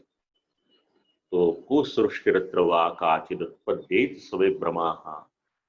પુષ્ટિફલને પ્રાપ્ત કરાવવાને માટે જો કોઈક સાધન હોય તો આ સાધન છે. અને કુસૃષ્ટિ એટલે ભૂલે ચૂકે પણ જો એમ માનીએ કે ગુણક્ષોભમાં કે પ્રતિબંધ નિવારણમાં ભાવના વિના અન્યત્ર સાધન છે, તો સમજવું કે આપણામાં કુબુદ્ધિ જન્મી છે. એટલે ભાવ એની મુખ્યતા એને કાયમને માટે માનજો. ભક્તિ માર્ગના ચિંદેલા માર્ગે ભાવનાનું સતત રક્ષણ કરવાનું આ વૈષ્ણવને માટે એક ઉપયોગી ઉપદેશ. તનુ વિત્તજા સેવા કરતા કરતા વિષ્ણુદાસજીને સેવાના પરમ ફલ એવા અલૌકિક સામર્થ્ય એની પ્રાપ્તિ થઈ. આ સેવા ફલમ નામનો ગ્રંથ જેટલું શક્ય હતું, કારણ કે એક વિચાર કરી જુઓ, ત્યારે શ્રી આચાર્ય ચરણે આની પર ટીકા કરી હશે તો આ ગ્રંથ કેટલો કઠિન હશે એ વિચારી લો. હવે 15 મિનિટનો બીજો એક ક્રમ આપણે કરી લઈએ. તારીખ 8 જૂન થી લઈને 2 ઓગસ્ટ 2020 જ્યેષ્ઠ વદ ત્રીજ સોમવારથી શ્રાવણ સુદ ચતુર્દશી રવિવાર, વિક્રમ સંવત 2076 અને શ્રી વલ્લભાબ્દ 543. આ ષોડશની યાત્રા, ષોડશ વ્યાખ્યાન માળાનું સત્ર, 56 દિવસનું સત્ર. ગ્રંથ કરતા જગતગુરુ શ્રીમદ વલ્લભાચાર્યજી, શ્રી મહાપ્રભુજી. ટીકાકારો 100 કરતા વધારે ટીકા, અંદાજે 100 ટીકા અને 6 જેટલા લેખ. આ લખનાર પૂર્વાચાર્યો અને ભટ્ટજી. આ બધું જ આપણે કર્યું, પણ સર્વપ્રથમ શ્રોતા એ તો અમારા ઘરમાં બિરાજમાન શ્રી ઠાકોરજી. કારણ શ્રી ઠાકોરજી પ્રસન્ન થાય તો વિશ્વ પ્રસન્ન થાય. બે ઓપ્શન હોય આપણી પાસે, એક પ્રભુને પ્રસન્ન કરવાને માટે બોલવું અને એક લોકોને પ્રસન્ન કરવાને માટે બોલવું. તાનસેનનું જીવન વાંચી લેજો, પ્રમાણ મળી જશે. તો આપણા સર્વપ્રથમ શ્રોતા અગર કોઈ હોય તો શ્રી ઠાકોરજી છે. તો પ્રભુના શ્રી ચરણોમાં પ્રણામ કરું. સાથે સાથે શ્રી વલ્લભકુલના જે આચાર્ય બાળકો આજ દિવસ સુધી ગ્રંથ સેવા કરી, પ્રત્યેકના શ્રી ચરણોમાં સદૈન્ય દંડવત પ્રણામ કરું. જો આ ગ્રંથો આપણી પાસે ન હોત તો આ દિવ્ય સિદ્ધાંતો આપણને સમજાવત કોણ? એટલે શ્રી આચાર્ય ચરણથી લઈ અને સાંપ્રત સમય સુધીના જેટલા પણ આચાર્ય બાળકો હોય, જેમના જેમના ગ્રંથો વાંચવામાં આવ્યા, સર્વના શ્રી ચરણોમાં પ્રણામ કરો. વિદ્વજનોને ભૂલાય નહીં મારાથી.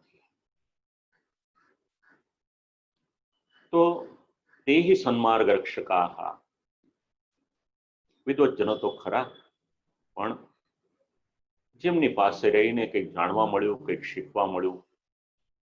મારા પિતૃચરણ ગોલોકવાસી પૂજ્ય શ્રી નિરંજન શાસ્ત્રીજી ઉમરેઠવાળા 16 ગ્રંથ ઉપર 4 ભાષામાં પુષ્ટિરસ નામનો ગ્રંથ પ્રકાશિત કર્યો. અંગ્રેજી, ગુજરાતીમાં સમશ્લોકી, હિન્દી અને સંસ્કૃત. 3 આવૃત્તિ, 3000 પુસ્તકો છપાવ્યા. ઘણી જગ્યાએ એમને પણ વિતરણ કર્યા. જેટલી બનતી હતી આ જીવન સંપ્રદાયની સેવા કરી, શ્રીમદ ભાગવતની સેવા કરી. છેલ્લે સુધી આગલી રાત સુધી શ્રી ઠાકોરજીની નામ સેવા કરી, સપ્તાહ કરતા હતા અને બીજે દિવસે સવારે શ્રી ઠાકોરજીના ધામમાં ગયા. તો મારા પિતાજીના આશીર્વાદ, એમના ચરણોમાં પણ પ્રણામ કરું. મારા ગુરુજી, મારા કાકા ગોલોકવાસી પૂજ્ય શ્રી પ્રદ્યુમ્ન શાસ્ત્રીજી દ્રષ્ટિ આપી શાસ્ત્રને જોવાની. એમના શ્રી ચરણોમાં પણ દંડવત પ્રણામ કરું. આ મારા માટે આ 2 યુનિવર્સિટી, આ જ 2 વિશ્વવિદ્યાલય. સાથે સાથે જે વક્તવ્ય આપ લોકોએ શ્રવણ કર્યું, બુદ્ધિ પ્રેરક ભગવાન શ્રી કૃષ્ણે સંકલ્પ કરાવ્યો અને એ સંકલ્પ પ્રભુ જ પરિપૂર્ણ કરાવે. આખું જ આયોજન ચિરાયુષ્માન આદિત્યએ વિચારી રાખ્યું કે હવે આની પછી આપણે આનો પ્રારંભ કરીશું. એટલે આખી જ એની રૂપરેખા બનાવી અને યોગાનુયોગ પરિષદના કાર્યકર્તાઓની સાથે વાત થઈ. તેઓ આમાં જોડાયા. સોનામાં સુગંધ પડી. 16 ગ્રંથનો વેબિનાર તો થા જ ભગવાનની ઈચ્છા હતી, પણ સાથે સાથે આખો જ વૈષ્ણવ સમાજ એ એકત્ર થઈને એનો આનંદ લે એ વિશેષ લાભની વાત છે. આદિત્યભાઈએ પણ પોતાનું ઔદાર્ય રાખ્યું અને પરિષદે પણ રાખ્યું. પરિષદની પણ ઈચ્છા હતી કે આમાં અમારી સાથે સાથે આપનું પણ નામ મૂકો. આદિત્યભાઈએ કહ્યું કે એક જ છે. મને પૂછ્યું પણ નથી એના માટે. એના સંસ્કાર, એના પૂર્વજન્મના કૃત્ય. તો આંતરરાષ્ટ્રીય પુષ્ટિમાર્ગીય વૈષ્ણવ પરિષદ એમને નેતૃત્વ લીધું અને શ્રી ઠાકોરજી, શ્રી મહાપ્રભુજી અને શ્રી મહારાણીમાં આ સંકલ્પ, આ મનોરથ એને પરિપૂર્ણ કર્યો. 221 શ્લોક, અંદાજે 100 જેટલી ટીકા. આજનું આ વક્તવ્ય ગણી અને મારું લગભગ 48 કલાકનું વક્તવ્ય હશે. શ્રી વલ્લભકુલના બાળકોના વક્તવ્ય અલગ. એના માટે કેટલું વાંચવું પડ્યું હશે, વિચારવું પડ્યું હશે, લખવું પડ્યું હશે, એ તો શ્રી ઠાકોરજી જાણે છે. પ્રભુની કૃપા. દરેક શ્લોક ઉપર દરેક ટીકાકારોનો મત એ શક્ય ન થઈ શકે, કારણ કે 7 શ્લોક ઉપર 14 ટીકાકારોનો મત લેવા જઈએ તો કેટલો સમય લાગે અને શ્રોતાઓ મૂંઝાઈ પણ જાય, સાચું કહો તો. એટલે જેટલું સરળતાથી થઈ શકે એટલું સરળતાથી અને મૂળ ગ્રંથ અને મૂળ સિદ્ધાંતો જે સર્વપ્રથમ યોગાનુયોગ પૂજ્યપાદ ગોસ્વામી 108 શ્રી દ્વારકેશલાલજી મહોદય શ્રી કડીવાળા પધાર્યા અને આપશ્રીએ પણ યોગાનુયોગ એ જ આજ્ઞા કરી કે મૂળ તત્વ જ્ઞાનાત્મક જળવાઈ રહે તો વધારે સારું અને પ્રભુ એ જ પરિપૂર્ણ કરાવ્યું છે. વડીલોના આશીર્વાદ, મારા માતૃચરણના આશીર્વાદ, મારી પત્નીનો સહયોગ, અલગ અલગ વેબિનાર ચાલે, ઘરનું કામ એ પ્રમાણે એડજસ્ટ કરવું પડે અને ઘરની જવાબદારીમાંથી મુક્ત રહ્યો એ પ્રભુની કૃપા. આ રીતે ભાઈને તો આપ જાણો છો. તો શ્રોતાઓને મારાથી ભૂલાય નહીં. જે વૈષ્ણવો મારા અને આદિત્યના નિમંત્રણને કારણે જોડાયા, જે વૈષ્ણવો પરિષદના નિમંત્રણને કારણે જોડાયા, અથવા તો જેમને જ્યાંથી પણ સમાચાર મળ્યા, ઝૂમ હોય, યુટ્યુબ હોય, ફેસબુક હોય, વિવિધ માધ્યમ દ્વારા દેશ વિદેશના જેટલા પણ વૈષ્ણવો આને શ્રવણ કરે છે અથવા તો પછીથી પણ શ્રવણ કરશે, અને એમાં પણ ઘણાએ પોતાના હૃદયના ભાવ અભિવ્યક્ત કર્યા. ઘણું ઘણું કહ્યું મને, કોના જીવનમાં કેટલું પરિવર્તન આવ્યું એ પણ શ્રી ઠાકોરજીની કૃપાનું પરિણામ છે. કેવળ હું નિમિત્ત માત્ર છું, બાકી શ્રી મહાપ્રભુજીની કૃપા સમજો આપ લોકો પર કે આપ લોકોના ભાવની અભિવૃદ્ધિ થઈ. મનમાં એક જ મનોરથ, આ શ્રી આચાર્ય ચરણની વાણી, પૂર્વાચાર્યોની વાણી, એને શ્રવણ કરો. વૈષ્ણવી જે સિદ્ધાંતો છે, દિવસે દિવસે એક એક પગથિયું ઉપર ચડતા જઈએ આપણે, અને પરિવારમાં જે પુષ્ટિનું બીજ રોપાયેલું છે, શ્રી ઠાકોરજી એને નિરંતર પોષણ આપતા રહે. ભગવત સેવા કરો, સિદ્ધાંતમય જીવન શ્રી ઠાકોરજી જીવાડે, અને એના માટે જ આખું જ આ એક સત્કર્મ એ થયું. આપણા શ્રી વલ્લભ કુલના આચાર્ય બાળકો આપણાથી ભૂલાય નહીં. નિત્ય લીલાસ્ત પૂજ્યપાદ ગોસ્વામી 108 શ્રી જીવનલાલજી મહારાજ શ્રી આંતરરાષ્ટ્રીય પુષ્ટિમાર્ગ વૈષ્ણવ પરિષદની સ્થાપના, અને તત્પશ્ચાત નિત્ય લીલાસ્ત પૂજ્યપાદ ગોસ્વામી 108 શ્રી રત્નેશજી મહારાજ શ્રી એક સૂત્ર આપ્યું, પરિષદની સેવા એ પણ ભગવત સેવા સમાન જ છે. તો ઉભય આચાર્યોના શ્રી ચરણોમાં વંદન કરું. અને જે આચાર્ય બાળકો આદિત્યભાઈએ નિમંત્રણ આપ્યું, પધાર્યા. પરિષદના કાર્યકર્તાઓએ નિમંત્રણ આપ્યું, પધાર્યા. ખૂબ અનુગ્રહ આચાર્ય બાળકોનો. તો દંડવત પ્રણામ કરું દરેક આચાર્યોને.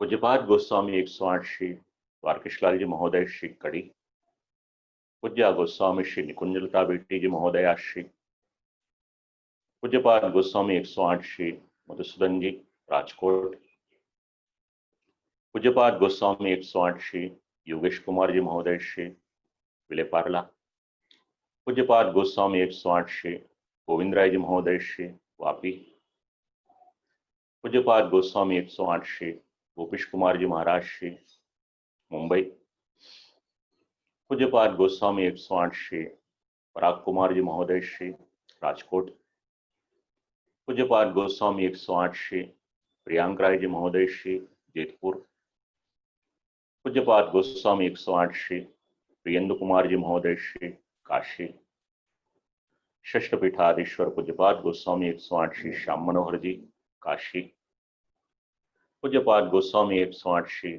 દ્વારકેશલાલજી મહારાજ શ્રી ચંપારણ્ય, પૂજ્યપાદ ગોસ્વામી 108 શ્રી યોગેશ કુમારજી મહારાજ શ્રી મુંબઈ, પૂજ્યપાદ ગોસ્વામી 108 શ્રી વસંત કુમારજી મહારાજ શ્રી રાજકોટ, પૂજ્યપાદ ગોસ્વામી 108 શ્રી અક્ષય કુમારજી મહારાજ શ્રી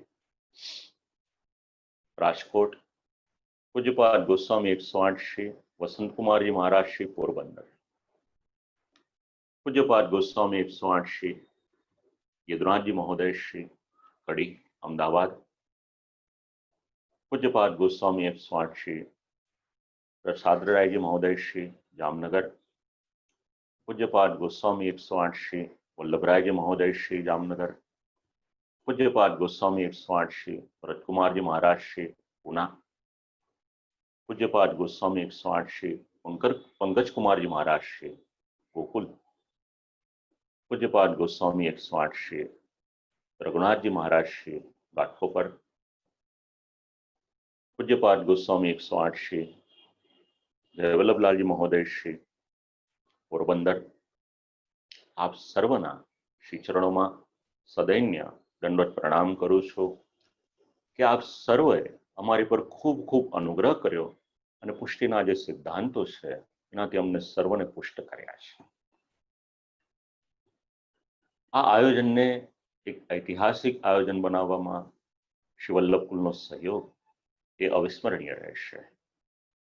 અને આ જ વિચાર હતો કે આયોજનમાં વલ્લભકુલ હોય, વિદ્વત વર્ગ હોય અને વૈષ્ણવો હોય, આ બધા જ જોડાય, આ જ એક ધ્યેય હતું. આપ સર્વના શ્રી ચરણોમાં દંડવત પ્રણામ કરું અને આ આયોજનમાં આંતરરાષ્ટ્રીય પુષ્ટિમાર્ગે વૈષ્ણવ પરિષદના કાર્યકર્તાઓ શ્રી પ્રદીપભાઈ ગાંધી, શ્રી કમલેશભાઈ હેડાવ અને શ્રી કેતનભાઈ મહેતા ત્રણેયને પૂરી પૂરી અભિનંદન અને બધાઈ. ભગવત કૃપા આપ લોકોની પર રહે. સંપ્રદાયની વધુ ને વધુ સેવા કરવાનું સામર્થ્ય શ્રી ઠાકોરજી આપે અને જે વૈષ્ણવ જીવન મળ્યું છે એ સાર્થક થાય, આવી વિજ્ઞપ્તિ પ્રભુના શ્રી ચરણોમાં કરું. આની પછીનો જે ક્રમ છે, આખા આપણા આ વેબિનારમાં ચિરાયુષ્માન આદિત્ય મારો દીકરો છે એટલે નહીં, પણ ઘણું કર્યું છે એણે. મારો દીકરો છે એટલે બોલવો એ જરૂરી નથી, પણ પડદાની પાછળ રહી અને ઘણી સેવા કરી છે. પિતાએ પોતાના પુત્ર માટે કે વધારે બોલવું ન જોઈએ, શાસ્ત્રનો મત છે.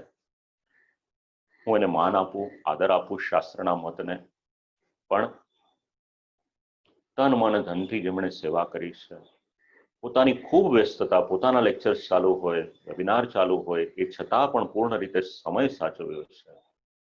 તો એની પણ વાણી પવિત્ર થાય આજના દિવસે, અને આગળનો જે ક્રમ છે એની માહિતી પણ આપ લોકોને આપી દે.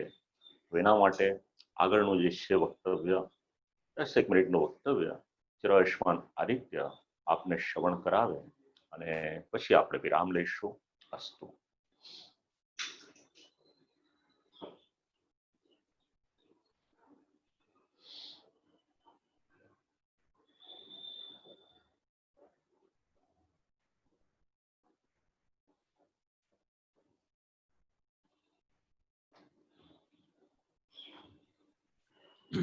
नमो भगवते तस्मै कृष्णायाद्भूत कर्मणे रूप नाम विभेदेन जगत क्रीडति यो यतः बुद्धि प्रेरक कृष्णस्य पादपद्मं प्रसीदतु ध्यानासमर्थ जीवानाम् अस्माकं सर्वदा स्वतः.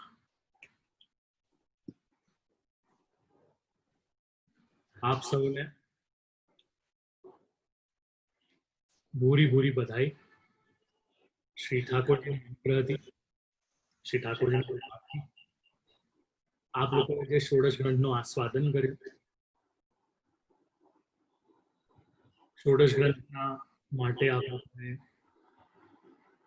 ભાવાત્મક અને સિદ્ધાંત આત્મક જે શ્રવણ કર્યું એ બદલ સર્વ શ્રોતાઓનો હું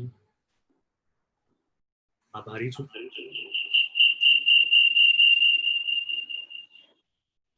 અહીંયા શ્રી ઠાકોરજીની કૃપા છે કે લોકડાઉનના સમયમાં સાધન દીપિકાના બાદ એક વિચાર આવ્યો હતો કે ષોડશ ગ્રંથનો આવી રીતે આપણે અધ્યયન સત્ર રાખીએ, કારણ કે શ્રી આચાર્ય ચરણની કૃપા વિના આપણા ઘરે શ્રી ઠાકોરજી બિરાજે નહીં. અને જો શ્રી ઠાકોરજીની સેવા કરવી હોય, શ્રી ઠાકોરજીની ભક્તિ કરવી હોય, શ્રી ઠાકોરજીની શરણાગતિ સ્વીકારવી હોય અને શ્રી ઠાકોરજીને જો સમર્પણ કરવું હોય, તો આ 4 વસ્તુઓ માટે ષોડશ ગ્રંથને જાણવું અનિવાર્ય છે. એક સમય એવો હતો પુષ્ટિ માર્ગમાં જ્યારે ષોડશ ગ્રંથની કથા થતી હતી. ત્યારબાદ ભાવનાત્મક સ્વરૂપે આપણે ઘણું બધું શ્રવણ કર્યું વર્ષોથી. પણ આ એક અલૌકિક અવસર આપણને પ્રાપ્ત થયો હતો, જેના થકી શ્રી ઠાકોરજીની ને જાણવા માટેના જે સિદ્ધાંતો, શ્રી આચાર્ય ચરણનો શુદ્ધાદ્વૈત માટેનો જે મત, અને આ આપણો દેહ એ અલૌકિક સેવામાં કેવી રીતે વિનિયોગ થઈ શકે, એના માટેનો વિચાર આપણને કરવા મળ્યો. વિશેષ ષોડશ ગ્રંથ માટે હું કાંઈ જણાવતો નથી, પરંતુ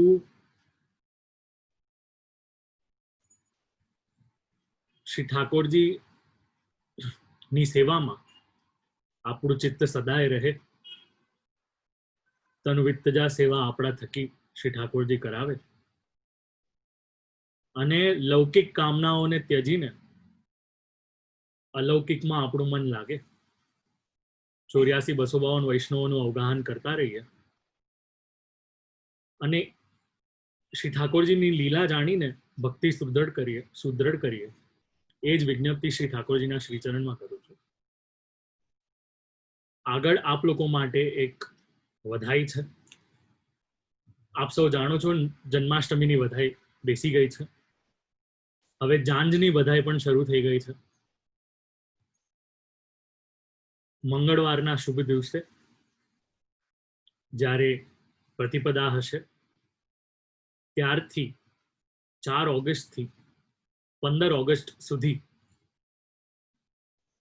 શ્રી ઠાકોરજીના જન્મ પ્રકરણ અને નંદ મહોત્સવની માટે આપણે એનું ચિંતન કરશું.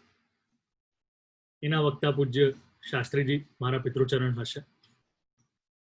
શક્ય હોય તો આપ લોકો શ્રીમદ ભાગવતજી અને શ્રીમદ સુબોધનીજી લઈને બેસજો. મારા મત અનુસાર જો ગ્રંથ બિરાજતા હશે તો આપ લોકોને વધારે આનંદ આવશે. આ સત્ર કેવલ અને કેવલ યુટ્યુબ પર જ મળી શકશે. જે પણ શ્રોતાઓ ઝૂમમાં હમણાં જોડાયેલા છે, તે શ્રોતાઓએ પણ યુટ્યુબ પર જ શ્રવણ કરવાનું આવશે. આપ લોકો આંતરરાષ્ટ્રીય પુષ્ટિમાર્ગીય વૈષ્ણવ પરિષદની ચેનલ અથવા તો પુષ્ટિરસ નામની જે ચેનલ છે તેને સબસ્ક્રાઇબ કરી શકો છો, અને તેના પર સમગ્ર વક્તવ્યને શ્રવણ કરી શકો છો. એનું પુનરાવર્તન પણ કરી શકો છો. તો આપ લોકોને નમ્ર નિવેદન છે, આખું જે સત્ર છે તે ઝૂમ પર કરવામાં નહીં આવે. એ સત્ર યુટ્યુબ પર જ શ્રવણ કરવા માટે આપ લોકોને સાનુકૂળ થશે, સહાય થશે, સદુપયોગ થશે. આપ લોકોને નમ્ર નિવેદન છે કે જો શ્રવણ માટે ઈચ્છુક હો, શ્રી ઠાકોરજીની દિવ્ય જન્મની કથા, શ્રી ઠાકોરજીના નંદ મહોત્સવનો ભાવ, એ ભાવનામાં આપણે વિભોર થઈએ, અને જેવી રીતે ગજ્જન ધાવનજીને નૃત્ય કરવાની ઈચ્છા થઈ હતી, જેવી રીતે શ્રેષ્ઠ પુરુષોત્તમ દાસજીને ત્યાં શ્રી આચાર્ય ચરણે નંદ મહોત્સવ યોજ્યો હતો, બસ એ જ ભાવના આપણે આપણા ઘરના શ્રી ઠાકોરજીને કરી શકીએ, અને નંદ મહોત્સવની ભાવના આપણે જાણી શકીએ. એ જ વિજ્ઞપ્તિથી પુષ્ટિરસ પરિવાર અને આંતરરાષ્ટ્રીય પુષ્ટિમાર્ગીય વૈષ્ણવ પરિષદ દ્વારા વેબિનારના ક્રમમાં 4 ઓગસ્ટથી 14 ઓગસ્ટ સુધી યુટ્યુબ ઉપર જન્મોત્સવ અને નંદ મહોત્સવ માટેના ક્રમમાં 5 થી 6:30 સુધીનો સમય નિયુક્ત કરવામાં આવેલ છે. જેમ કહ્યું તેમ ઝૂમ પર આ વ્યવસ્થા ઉપલબ્ધ નથી. આપ લોકો સમય અનુસાર યુટ્યુબ પર શ્રવણ કરી શકશો. શ્રી ઠાકોરજીની કૃપા હશે તો આગળના આયોજનોની પણ આપણે ઘોષણા આપ લોકો સમક્ષ કરીશું. આટલું જ કહી મારી વાણીને સદા સેવ્ય થાય એવા શ્રી ઠાકોરજીના શ્રીચરણમાં સમર્પિત કરું છું. અને શાસ્ત્રીજીને વિનંતી કરું છું કે આપે જે અમને કથામૃતથી લાભાન્વિત કર્યા, આંતરરાષ્ટ્રીય પુષ્ટિમાર્ગીય વૈષ્ણવ પરિષદને નિમિત્ત બનાવ્યા, તે બદલ હું બેવનો ઋણી છું, બેવનો આભારી છું, કૃતજ્ઞ થયો છું. અને અંતે આટલું જ કહીને પૂજ્ય શાસ્ત્રીજીને વિનંતી કરું છું કે આપનું કોઈ આજ્ઞા હોય તો એ અમને જણાવે.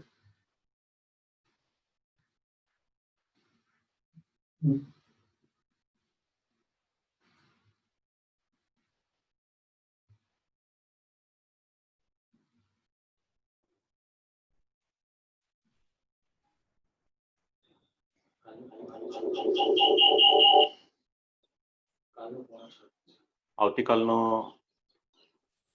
આપણો જે સમય રહેશે એ 6:45 થી 7:15 રહેશે. 5:45 વાગે આરંભ થશે.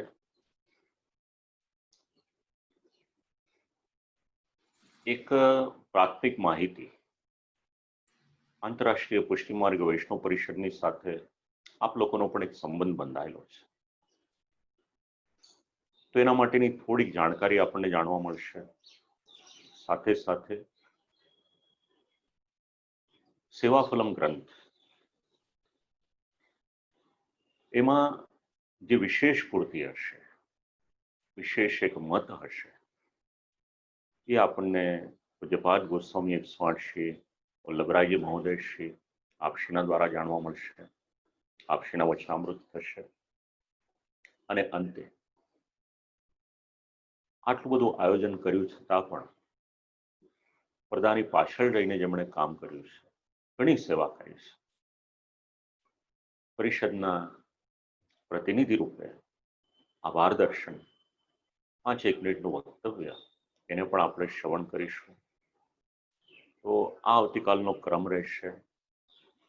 તો અત્યાર સુધીની જે પણ કંઈક વાણી છે, શ્રી ઠાકોરજીએ જે પણ પ્રેરણા કરી, શ્રી આચાર્ય ચરણે પ્રેરણા કરી, પ્રભુના શ્રી ચરણોમાં એક જ વિનંતી કરીએ કે પ્રભુ આ વાણીને આપ સ્વીકારો અને શ્રી આચાર્ય ચરણના શ્રી ચરણમાં અમારો આશ્રય દ્રઢ રહે. આવી રીતે જોડેન ચરણન કેરો ભરોસો આ ભાવ સાથે આ વાણીને શ્રી ઠાકોરજીના યુગલ શ્રી ચરણોમાં સમર્પિત કરું છું. અને આજના સત્રને આપણે આ વિરામ આપીએ છીએ.